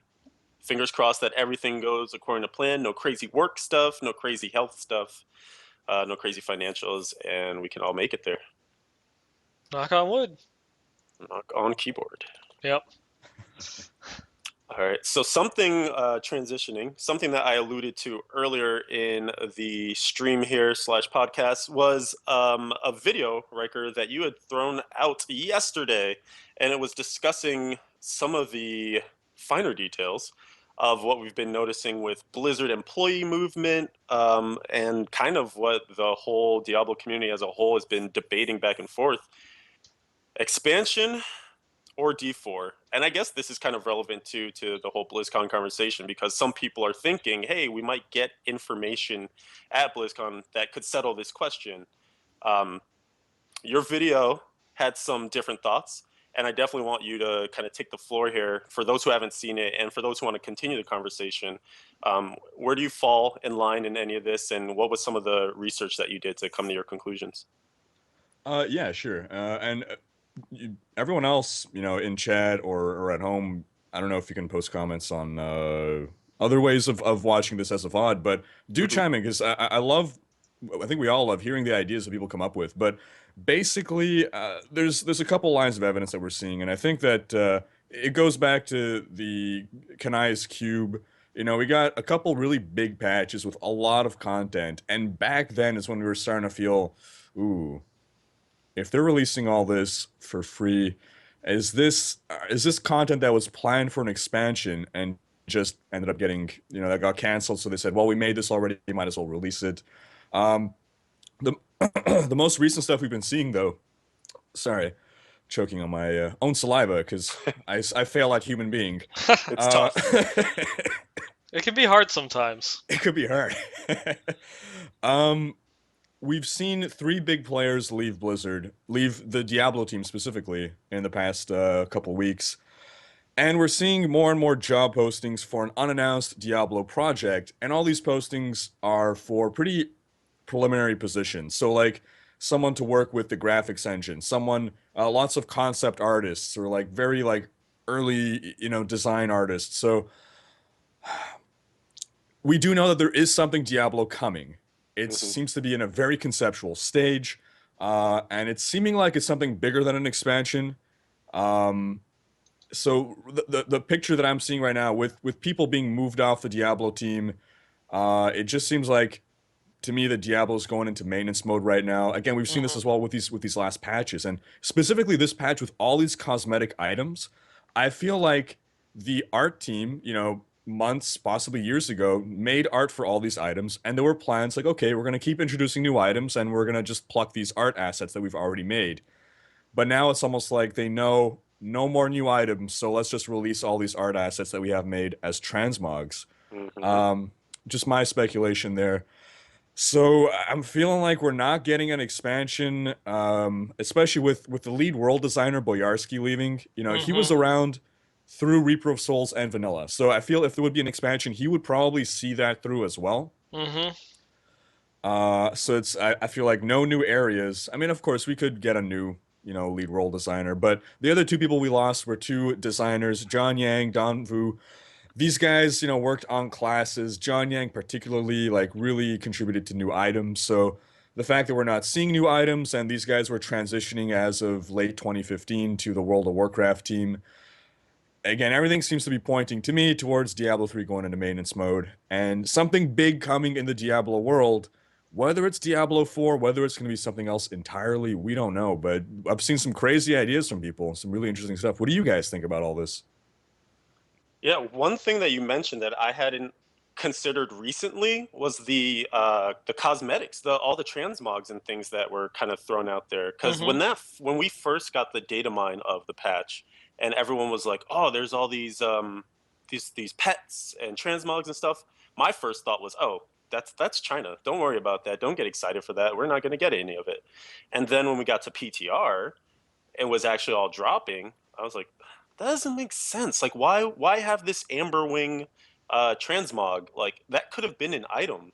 And at the time, I was thinking thinking of it from the standpoint of like, I want the Akan set to be better. So like, I want that, you know, Amberwing to be turned into like an Akan weapon that I can use and make the set better. But I wasn't even considering the idea that like, that is just art in general that will no longer have a use. They can't like take it back. You know, once it's out in the world, it's out there. So it's kind of it's interesting that you mentioned that, because it is sacrificing what must have been art asset time creation and development. And if you weren't planning to do more, why would you just throw resources that you know paid for basically out there? Yeah, and you know, it's something. I'm trying to remember. There was it maybe it was like um, 2.2 or 2.12 when there was a very large number of art assets that were added into the game that weren't used for any of the items. A lot of them, you know, later became some of the seasonal items that were later put into use, but. Uh, you know, there's just all these things that they had created and just dumped into the game, but we're still waiting to attach items to. And I guess that could very well be, you know, well, we're not going to have anything because there's some like what is it? You know, Kanai Scorn that they could easily just go through and do as like a transmog, you know, because it's you know, kind of like a nod to a friend, you know, on the development team. And then there's the sort of the StarCraft, you know, helmet and shoulders that they want to go through and add in. Um, just to kind of like give a nod to, you know, StarCraft, but you've got some. I think it was like the Ghoul King's blade and some other items that, you know, they've never really shown up anywhere before. They don't have any precedence in the game or lore or any ties to any of the other games, and they have you know, like flavor text added onto it as well as just like, well, you know, it's like they're this was something that was created entirely just for transmog. No, this is something that probably was intended to be an item at some point, like an actual, you know, like item, but they just ended up cutting it down to, well, it's just for transmog. Yeah, it's so curious because I think what we're if we're being realistic and if we're being kind of astute in our interpretation of the facts that we have laid out in front of us, I think it's safe to say that it doesn't look good for an expansion. But I think the people that play this game day in day out, they want an expansion because that's faster, right? It's easier to get an expansion out. It's going to take less of a cycle time, I guess, is what I'm trying to say. So you would see an expansion if we started hoping that it was going to be announced at BlizzCon. Maybe that would come out spring 2017, summer 2017. If it's gonna be D4 or World of Sanctuary, or I don't like, people are like Riker said, people are throwing crazy ideas out. That's many, many years off, right? Like we probably, I hate to say it, but we probably won't even see a huge anything at BlizzCon for Diablo, especially if it's a D4 that we're thinking about and dealing with, because if it's so conceptual, like Riker, you mentioned a lot of the postings for these jobs, it's all at that very early stage, you know, lighting, concept art, thinking about what this world is going to be shaped as and look like. You can't make a cinematic off of what you don't yet know, what you know what the world looks like. So it just seems like it is something that is far off, and that's unfortunate. It's sad at this moment because it means no new stuff soon, but I think it should be potentially the best possibility for us because it means anything is possible. It means we can start from the ground and work up. We can get rid of a base system that has flaws, and maybe the new system has flaws too, but it could be better flaws.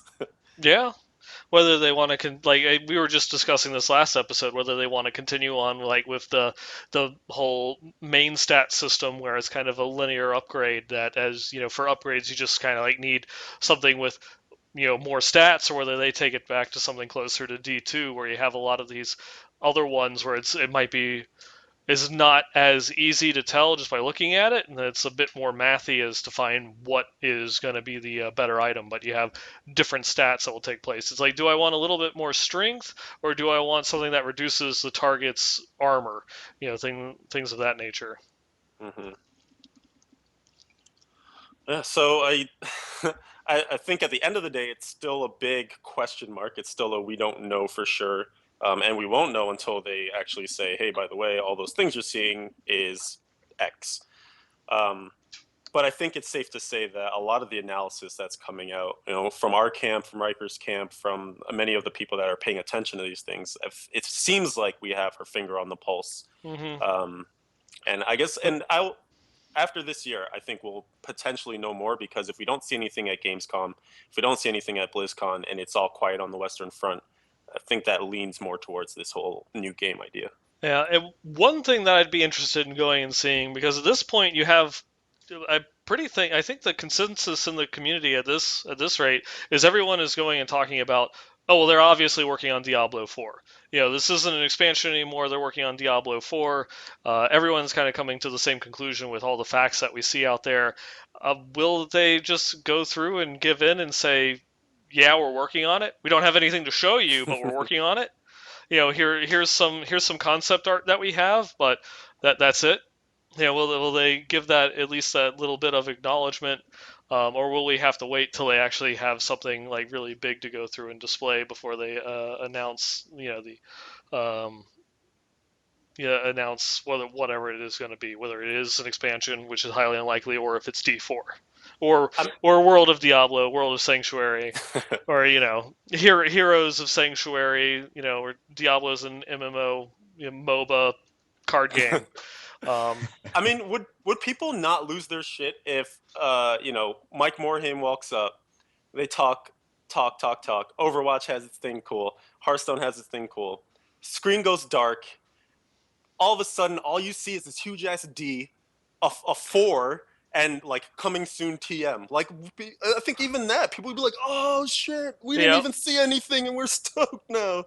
Like that, it at least would lend itself to, there is something there, and by the way, it's D4, and we can't tell you anything else, but get excited.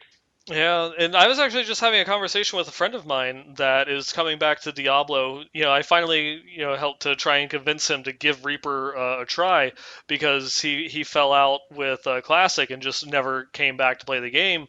He started playing it the other day and I was like, oh my gosh, this is amazing. It's like, yeah, now buy the expansion. Which we're kind of skipping ahead in the news items. That you can get Reaper Souls for like $11 on GameStop. We'll talk a little bit more about that in a second. But it's just like going through, checking it out about how much the game has changed. And dang it, I've completely lost where I was going with this point. It literally just like slipped through my mind of what I wanted to say. I was just going through and chatting with him about the possibility of an expansion, and he's like, he found it really strange they wouldn't want to make an expansion when the game has sold, somewhere around like 20 to 30 million copies. It's like, why would you, if the game is like that popular and is like one of the top 10 best-selling games of all time, why wouldn't you make an expansion for it? Why are you risking going to a whole nother title as opposed to just making an expansion? I mean, I was having the same, I almost said argument, spirited debate with Thunderclaw at PAX, and he had points on his side too, and I let them go in one ear and out the other, because I am right. I like my idea better. But, no, he was just saying kind of the same thing. Like, the momentum is back on Blizzard's side, with all these patches that they've been doing. Like, they've curried a lot of fan favor back from, since Reaper has launched, let's be honest, and each patch just getting bigger and bigger and rolling this bigger and bigger ball of people into seasons. And he was saying that it would be a shame if they kind of curb development of that, whatever it is that they're kind of throwing together through all these different patches, and then put us into this waiting period. I mean, there is credence behind that, right? Like, they have sold a ton of this game. Is the upside higher, though, on selling an expansion or selling a new game? And how long can they, I guess also another thing is, like, how long can they wait? They're making great money off of Hearthstone, and, Nineball's buying cards and he barely plays the game. And you're seeing it all over the place. Like, people are buying into all of their games. And so Blizzard as a whole is doing fine. But I guess the question is, will Diablo be okay if they don't sell a product for, 5 more years? Mm-hmm. I think this plays into Blizzard's changing marketing strategy, not marketing, monetization strategy, as the years have evolved and as the video game industry itself has evolved. The only games that they don't have monetized on an ongoing, like monthly basis are were Diablo and StarCraft 2. But now StarCraft 2, they're introducing mission packs. So they found a way to monetize StarCraft 2. The last expansion just came out in November. There's not going to be any more StarCraft 2 expansions, but they're monetizing via these little DLC mission packs. Mm-hmm. That leaves Diablo as its only property that does not monetize on an ongoing basis. It's you buy it once and you don't give Blizzard another dime unless you're a botter and you wait to be banned. You wait to get banned and buy it again. So I it wouldn't surprise me if whatever is coming in the Diablo world is going to be something with some degree of monetization beyond just that one-time purchase.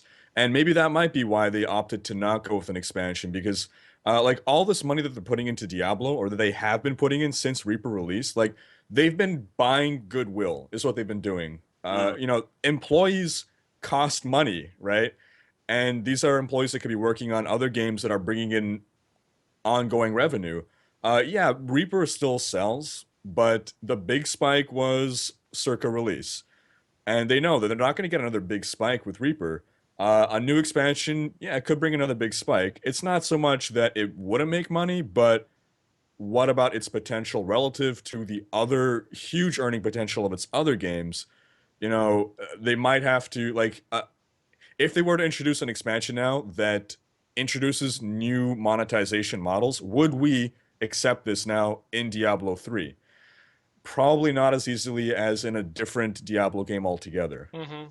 Yeah, especially given the history, right? Like we were kind of talking about the AH before we kick things off live here and reminiscing on how much fun it was. But we have to remember that like there was that huge negative backlash and derision for and just we can use vitriol now because hell yeah, that was really a strong feeling against it. And so anything that like smells of it in the D3 frame, I feel like would probably not go over. Like you hit a really strong point there. So repackaged as D4, it's a brand new timeline. You know, it's not the darkest timeline anymore. So now you can maybe consider, hey, let's sell a product within this game again. It's not the RMAH, we promise. And yeah, you have to figure out a way to comport to this time's way to sell games, which is lots of little extra things. And it also makes you wonder what they might change in the game itself to better, push that forward. Because like in D3, even though we have all, this is like the season of transmogs and cosmetics, but besides your portrait, which is already off in the corner and you barely even look at, like even flashy wings like the cosmic wings, and your pets kind of get lost in the blur of everything, and you can barely see like what armor you're wearing because your character is so small that it doesn't really lend itself too much for cosmetics. You lose it, in Diablo 4. If they say take over, or mod something from the Overwatch Titan engine. What if we have kind of like a third person over the shoulder that makes, like actual transmog or cosmetic items a bit more impactful to you, the player, in order so that way they can go back and, have a like kind of like a pet store, a dress store, so you can go through and buy cosmetic items. Yeah, just another strong point. Yeah, cosmetics definitely big in Heroes of the Storm. Basically, I bet most of their sales aren't necessarily from buying heroes, but buying skins, skin packs for various heroes. And some people have expressed that they would be willing to buy cosmetics in Diablo 3. And to a certain extent, BlizzCon virtual ticket is kind of a way to buy like a prestigious, cosmetic item. But you bring up that great point and about the visibility of it in Diablo 3. It's just not there. But also now that they've released all these free transmogs, all these free cosmetics, there's no way they could ever possibly introduce paid cosmetics. The fan base would not accept it. So I wonder actually if maybe some of these cosmetics, like the pets, maybe they were intended to be some kind of I don't know. I'm wondering when I first saw the pets actually. Some of them struck me as very low res models, very the textures were very low res, and I was wondering like how long have they been holding on to this? I don't know if now they might have updated some things or removed certain pets by the time live came, but they like some of those because I feel like the latest items and textures that they've been releasing are at least on par, if not better, than the historic ones. But I found a couple of those like pets seemed like, whoa, this like developed like 5 years ago or something? Like, why is it so Hmm. low res? I don't know. I just found that peculiar when I first saw all the various pets available. Mm-hmm. That's an interesting point. And yeah, maybe it really could just be the cash dump. Like this is just stuff we had in the vault, the Blizzard vault, not the Greed vault, and they're just like, here it is, just all of it, have it now. It's enough to make this goblin have a decent drop table, and that's how we'll deliver these to you. Yeah, that's a lot of nuggets to think about here, a lot of nuggets of knowledge to think about. And we would be here all night if we kept going anyway, so I suppose we should move along. Move on. And I guess the next news item was, as I mentioned earlier, we just wanted to go and throw it out there. We don't know how long it will be on sale, but you can buy a new physical copy of Reaper of Souls from GameStop for only $11. So if our ad campaign for Blizzard Yep. worked, and you are somehow sitting on a non-expanded version of Diablo 3, and you want to jump in for Season 6 this coming weekend? So Tim, $11. I think it's worth it now that you're playing the game again. There you go. Yep. You will not. It'll be 11 well-spent dollars. I guarantee it. It will. Or your money back at GameStop. Yeah, they'll totes honor it. Just tell them Westmarch Workshop sent you. They'll get it. Yeah.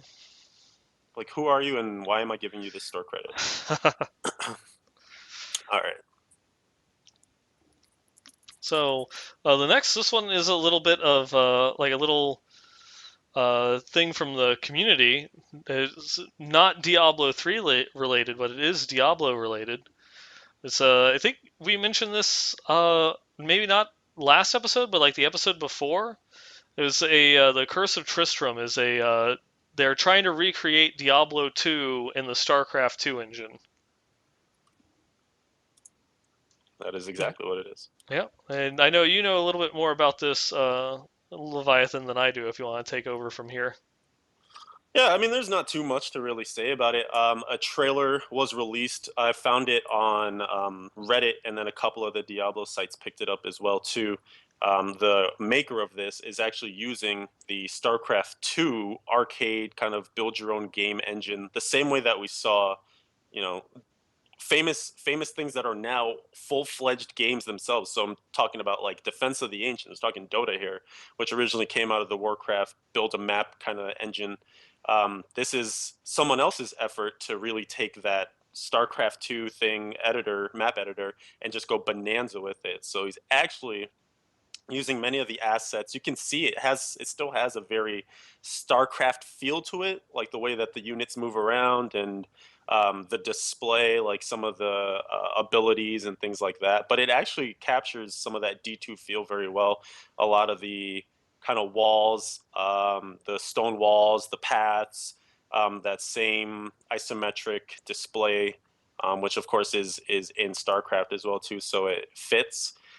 It's just his attempt to basically recreate D2 within the SC2 world, for lack of a better term. And it's coming along. It's not near release any at all, but you just kind of want to show the progress that he's made and the work so far. So for those of you watching the video format, you can see a little preview of it on your screen as I'm speaking. For those of you listening, iTunes, Stitcher, and the other ways that you get podcasts delivered to you, I highly recommend checking out some of the video, just because it's really cool. And apparently the alpha is coming this summer, so something to look forward to if you really want that D2 HD that we've all been asking for. Yeah. There it is. Which they're still hiring the those people to do art outsourcing for the classic games, which everyone is immediately going through and asking for. We'll just do an HD remake of Diablo 2. If you could do that, that'd be great. We'll have to see if that's something that they do plan on going and fully doing, or if they're just going to do like some art assets and adding it into like the BattleNet 2.0 interface, so you can click on Diablo 2 right next to Diablo 3 and play the game, or just upping it slightly so you can play it in something besides, like 640 resolution. Yeah, that'd be nice. So like 800 by 600. Mm-hmm. The amount of progress this guy has made with his thing is pretty astounding. This is the first I saw of his latest update, and I was really impressed because this has been literally years in the making. I used to run a StarCraft 2 clan. I remember when this was like first becoming a thing, when he was like, "Hey guys, I'm working on this mod," Oh, no and like kidding. he had very little to show back then, but like this is years in the making. Like I'm astounded that he's still working on it. Like that he Mm-hmm. has, because a lot of mod makers they'll give up after a while, especially if it's something that hasn't even been released.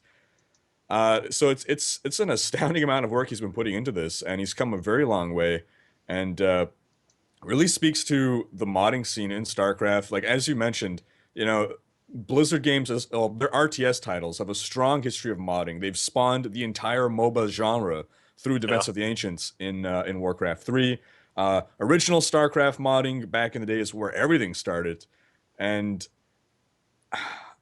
I wish D3 had modding. D2 had mods as well. D2 didn't have mod tools like StarCraft, like Warcraft series, because Blizzard makes really robust mod tools that are pretty simple to use for someone who's not like a computer programmer. Mm-hmm. And even in D2, the modding scene is still strong to this day. Median XL, right? Isn't that like the D2 mod if you're gonna play mod at D2? Mm-hmm. Yeah. Yeah, it's like a completely different experience, and people love it. They like some people won't even play the base D2 anymore. It's just median XL or nothing. It was funny. I was having a conversation with someone a couple of years ago. They were talking about they never played D3, but they played D2 they absolutely love playing D2.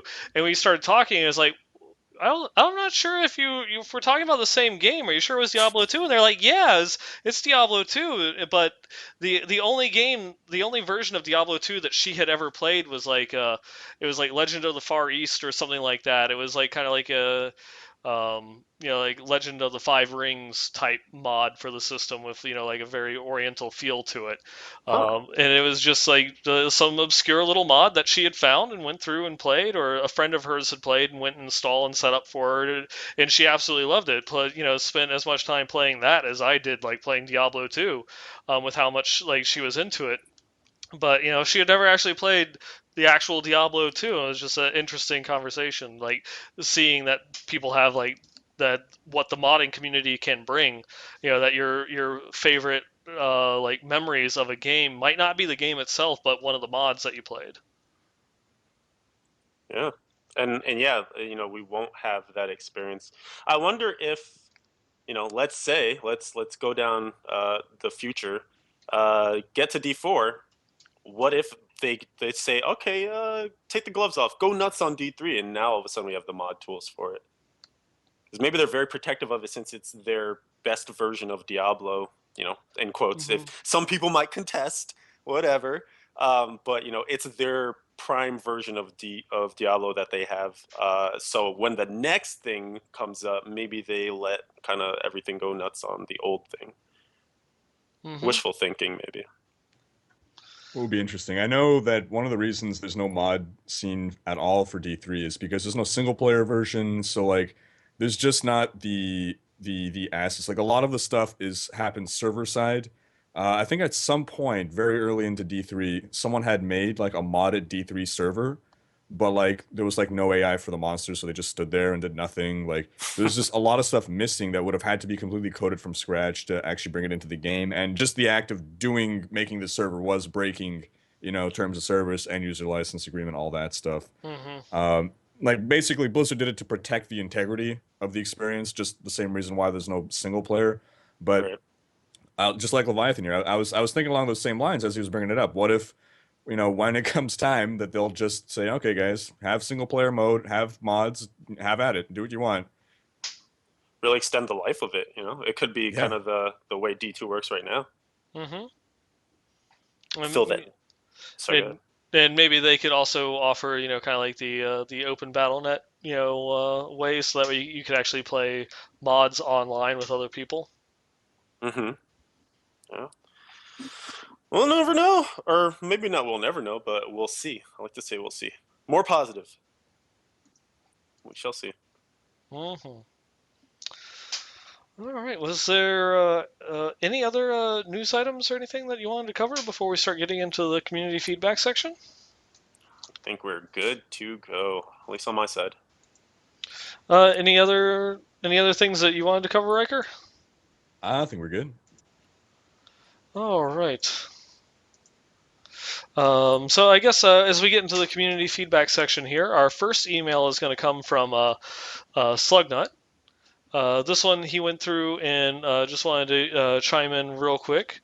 He started off with, okay, here's the deal. I dislike clans a lot, honestly. They're full of prissy little girls, all needing attention, and typically full of backstabbing two-faced members that sap the living hell out of the fun that they originally intended to be. But something with the BlizzPro group gives me hope that things are laid back and quite possibly level-headed. D3 is supposed to be a social game, and having played solo for the last 3 years, I'm ready to take a blind plunge into the deep end of humanity and request with cross fingers an invite to the clan group guild thing. Gives us his name and his battle tag. I just wanted to know that he's 50 with a grown daughter and 2 wonderful grandkids. He also, that he lives with his wife. 4 cats, 4 dogs, 2 turtles, and 2 jeeps, 1 pickup, 1 wife, and 0 mistresses. Or at least, what you're willing to admit in public. I play mostly during the daytime, mountain time, and usually play along with his brother on Friday nights. And he does have, all the usual voice chat software for going and chatting with people. This makes me look like an ass sometimes, but I'm not.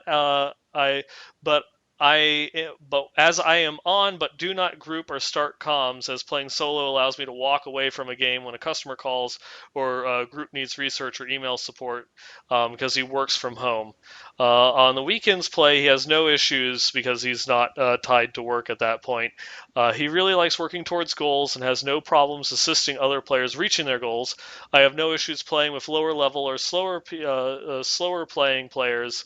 My issue is that if I'm too high of a level and there's someone that he's like power leveling, if they're not having fun, but just rolling around at the higher levels with just kind of being brought along, and they get bored. It's more important for me that the people that I play with have fun and not be bored or angry that the power about at the power leveler. I'm rambling. You all appear to be decent people, judging solely by listening to you, and I have played at least with both of you at least once. You appear to like the game for fun and are not rabid elitists that don't rely on players to always have the new shiny. And this appeals to me, and I hope to become a member of the BlizzPro clan. Which since this one, we actually got him an invite to the BlizzPro clan, and then he unfortunately subsequently left because he is going to be taken away for a couple months. That he's having to go traveling, and he won't have access to a computer to play the game. So instead of taking up a slot in the clan, he chose to leave to open up the slot for another active member. But whenever you're done with your travels, Slugnut, just let us know, and you'll have a spot waiting for you. Right on. Thank you for the email. We have another one that came in from one of our longtime listeners, good friend of the show, Korova. He says, "Hello, Nineball, Leviathan, and possible guest." I think that means you, Riker. Thought I'd give you guys my 5 cents about Season 5 and my plans, or 6 cents for Season 6. I played a wizard this time, and I got up to Paragon 420. God damn it. And GR53, my best so far with my casual solo-only playstyle. I'm really sad that I didn't make it for the stash tab, but set dungeons annoyed me too much. Unfortunately, Firebird Dungeon was one of the worst, and it took me too long to assemble a 6-piece of Delceres to really make a push for it. I never managed to do the speedrun on T9 Rift to get that achievement, let alone for T10. My gear was simply still not good enough.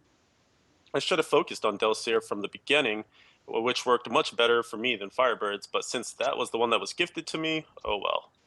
I intend to play hardcore next season, probably a DH, since all my hardcore achievements are in the US region and not in my main region, the UE. This way I can collect all of them here as well.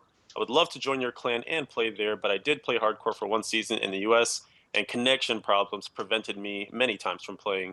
With my already very limited playtime, this is too much of a concession. I know I'm probably doing something terrible here, but I would like to suggest a new drinking game. Every time Nine Ball says go through or went through or similar, all listeners have to drink, and you will all be dead by the end of an episode. I am sure nobody is conscious anymore after half of the show. Love the show. Keep it up, even when we are not getting regular content updates anymore. Greetings from Switzerland. Kurova. Well then. Well then. Well then. Are your feelings hurt, Nine Ball? Well, I guess I'll just have to get through this. Take a drink. People. There we go. Everyone take a shot. Our next email here is going to be from Dead Advocate. He just wanted to give a shout out to you guys. Love the show as always. The season hype is real. He's coming back to hardcore because he had ISP issues that hit him that made him have to quit in the middle of last season. Dead Advocate was always there, leveling with us a lot during the beginning season. Playing, doing runs and such. He's hoping to see you soon. He's going to be doing the Zerg Rush there on Friday. We'll see whose group can level up fast. And then also he sent in a picture, a lovely picture. Yeah, how about that picture? Oh yes, this is one that God, I think I've had the same picture shared to me 4 times now on Twitter. And for those of you who are listening at home and don't have access to the video, it is a chart. It is a chart that shows a jar, in a jar, as in a jar that is a jar. And then it is jar in a jar in a jar, jar in a jar and in a jar, and then you have in a jar, and a jar in a jar, and in a jar in a jar, and in a jar. And may we never speak of this evil ever again. I just can't believe you actually said Jar Jar that many times. And if this was like Beetlejuice Principle, I would have 17 Jar Jars just walking through my house right now. Yep, you'd be wrecked. I mean, you probably do. Once we finish this podcast, you'll see. Yeah. You know how when you say a word so many times that it loses all meaning? It loses all meaning. Yeah. Jar Jar still means stupidity. No matter how many times you say it. Wow. Aramite is in chat. Is please don't read that whole chart too late. That was great. All right, and someone is asking for a link to it for whatever reason. I don't know, but while that's happening, I'll just move us forward. Yeah, just go on. I'll see. I'm pretty sure I can find this online pretty quickly. All right. So our next one comes in from another longtime listener, Aluru, and he's writing in on one of the things that we were talking about last episode, which was the whole era not ending and syncing with the end of the season, and he wants some feedback on it. So quick question on the end of era. I want your viewpoint. Context, I am a Wizard softcore player, and I am not playing Season. I've farmed most of the equipment, and I prefer playing it than chasing for it all over again. As you know, this time, Blizzard did not end the era with the end of Season 5. It would not be a problem unless they released 2.4.1, including Season 6, on Tuesday. So the issue is this. With the Leg Gem update, change in Monster XP on greater than 70, and the improvements of Archon in 2.4.1, the current non-seasonal Wizard leaderboard is all screwed, and potentially the same for other classes. Top Wizards are now Archon, while 2.4 was DMO set with Twister Sword and some Arcane Orb variants. I've succeeded, same build, moving from GR77 out of the non-seasonal leaderboard to GR79 on my first try. Now I'm back on the leaderboard temporarily. Questions, what are your thoughts? Should Blizzard end the era with seasons? Do you think they did so to encourage people to play between seasons? Cheers, Aluru. And so before we dive into this, I did want to share, Nevelistis posted a blue post recently, and it was talking about this whole issue as well too. So she said, unlike seasons, when the era ends, the next one immediately begins. Simply put, there is no such thing as era downtime. Pausing the era leaderboards wasn't an option. In addition, as a byproduct of the tech that allows us to launch patches without maintenance, there was a window in which wait, is this right?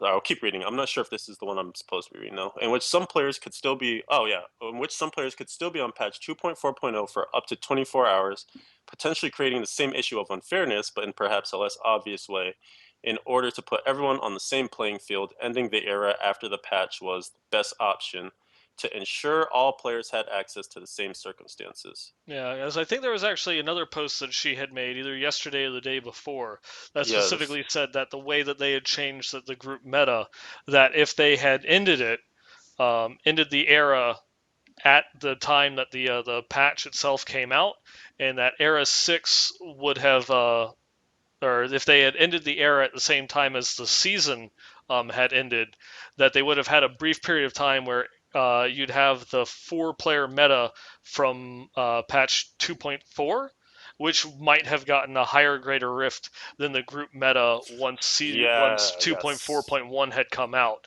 And so because of that, they decided to extend the era, um, you know, basically all the way, to the patch, so that way you wouldn't come into a point where the people that got the highest group clears in era 6 were the ones that were able to go through, push, and make the plays during that small window during of era 6 where it was still on patch 2.4. There you go. Right. So when we were first talking about this last week, my thought was, oh, it doesn't necessarily matter all that much because, yeah, like obviously those who are playing non-seasonal are going to be mad mostly because their boards are going to be feeling like they're invaded. But at least everyone potentially has just the same gear, and maybe we're all just pushing, and you just have a little bit more competition. But when the patch changes and the era is still live, I think that matters quite a big deal because now it's not capturing the like what happened before the patch, right? Like because this patch has so many significant changes in terms of power creep, changes to gems, changes to sets, you're going to have different results than what was actually done for 95% of the time that the era was live. Riker, had you given any thought to this? I don't know if this affected you any at all. It didn't affect me. I don't really push leaderboards, or I haven't. But I mirror your thoughts, and actually something that Nevilistas called out that I didn't realize was possible, but actually experienced today. So we were streaming. We were trying to get one guy to join our game, and I realized I couldn't send him a party invite, and it was saying something about that. We had a mismatch in our game version. So our first thought was, okay, he probably doesn't even have Reaper of Souls, but he very clearly did. He had a Crusader, and we got him to log out. And when he logged out, he then saw that his game had to patch. So he was actually still on 2.4, where the rest of us were on 2.4.1, Mm. which is some very bizarre behavior that I never even thought was possible. But he was still somehow if he was a leaderboard pusher, he would have been pushing on, I guess, nerfed gear relative to what everyone else had available to him. So, very, very bizarre.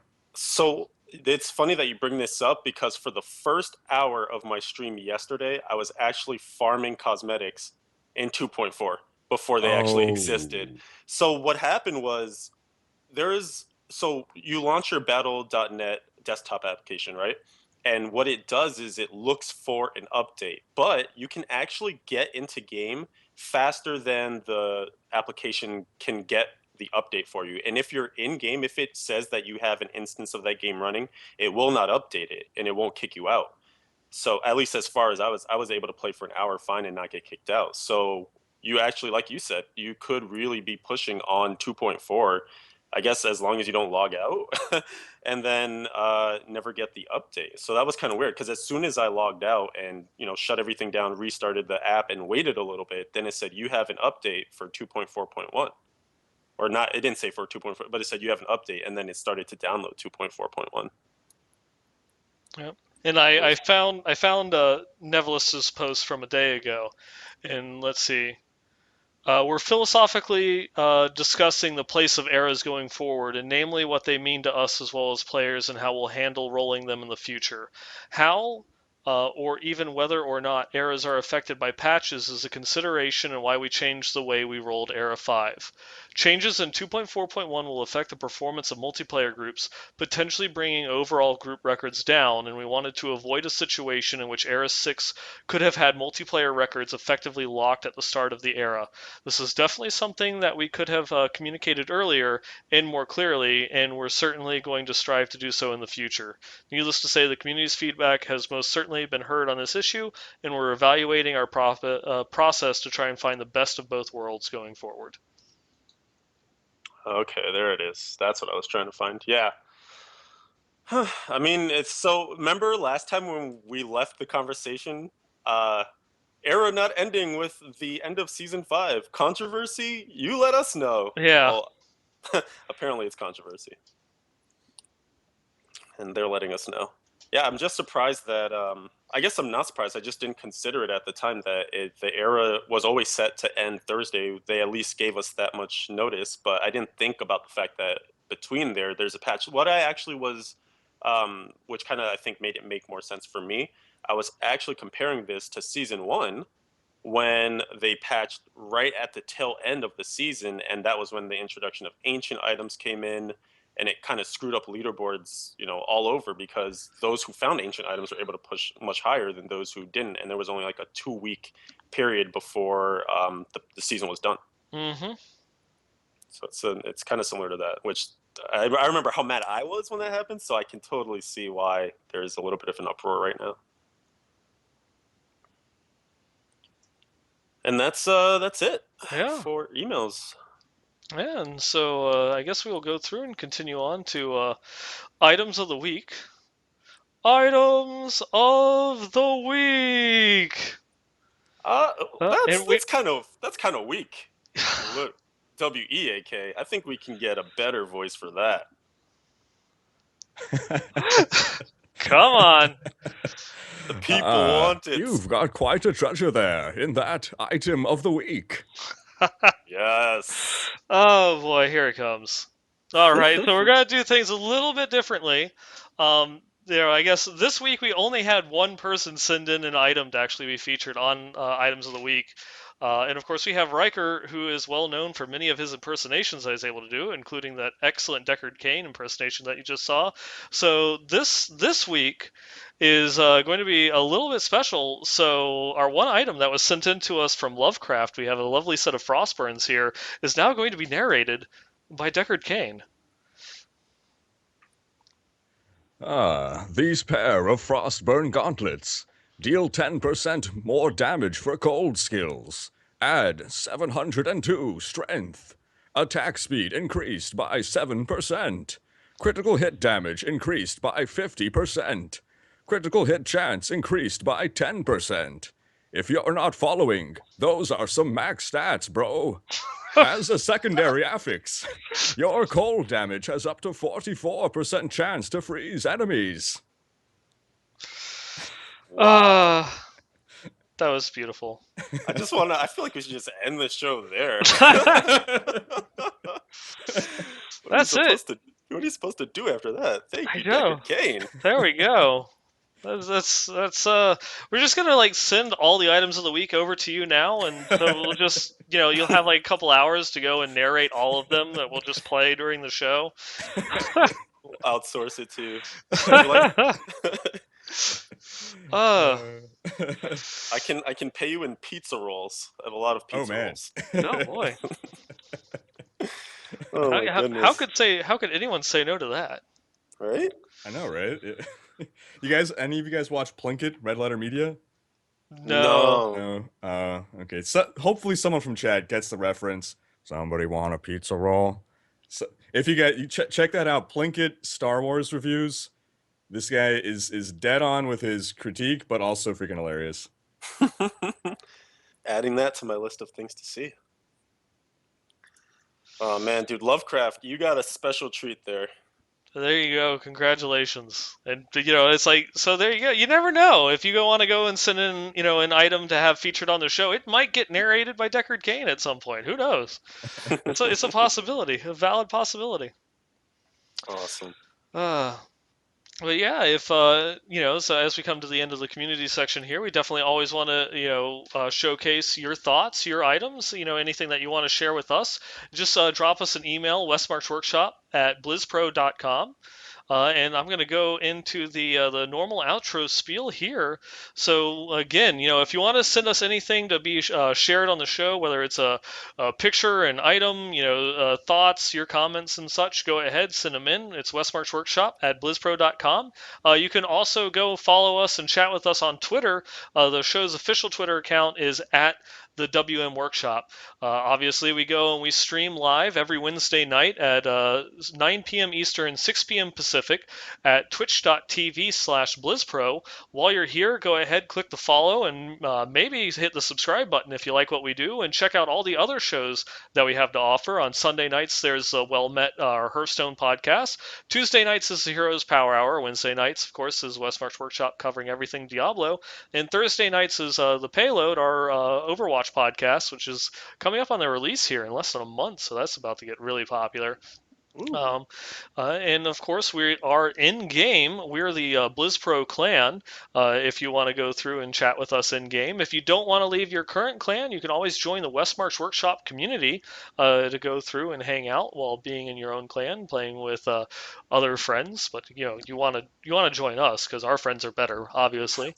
And then most of the topics that we covered here on the show, you can also find that and more on our home website at diablo.blizzpro.com. To keep you updated on everything Diablo, and check out some of our other sites there that cover everything within the Blizzard IP range. We also have a voice chat server. It's discord.blizzpro.com, which we're going to be going through, and that's going to be bouncing here on Friday going forward for the beginning of the season.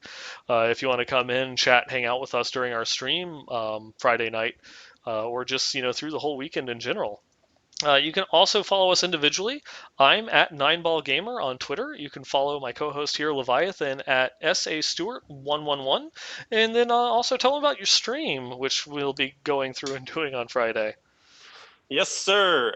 For those of you who are looking for some entertainment, we'll have a 24-hour at least stream. I am dedicating myself to that. 9ball is not necessarily throwing himself under that terrible onus/burden. But got work, son. Sorry. Yeah, this dude's got to go make money. Twitch.tv/Leviathan111. We'll be starting right before the season goes live. Come and check it out. It's gonna be fun. Yeah, and of course, our special guest here, Riker. Why don't you tell all the lovely people at home where they can find you? Yeah, you can find me basically at Riker on YouTube, Riker, Twitch, Riker. Just Google Riker, and it's spelled this very bizarre, peculiar way. Because when I came up with this name like 15 plus years ago, I made sure there was no trace of this possible spelling on the internet. So just Google that, and you'll find me. If you care to do so. And for those that are on the audio version, it's RHYKKER. In all its iterations, whether it be on YouTube, Twitter, Twitch, or what have you. All right. And with that, is there anything else that anyone wants to add before we go to the outro? Season 6. Oh, actually, that reminds me. I almost completely forgot. We did have one other thing that got sent in from Desolacer. Is what you can look forward to in season 6. You have your nice brooding crusader there from patch 2.4, and then all the lovely cosmetic options to make that same crusader all ready for patch 2.4.1. That's totally the Diablo experience right there, right? Yep. So everybody at your side. Yep. Everybody go ahead, jump on that season 6 hype train rainbow as we get ready to go through and start a new era of Diablo. Hype. Yeah, and with that, everybody, good night.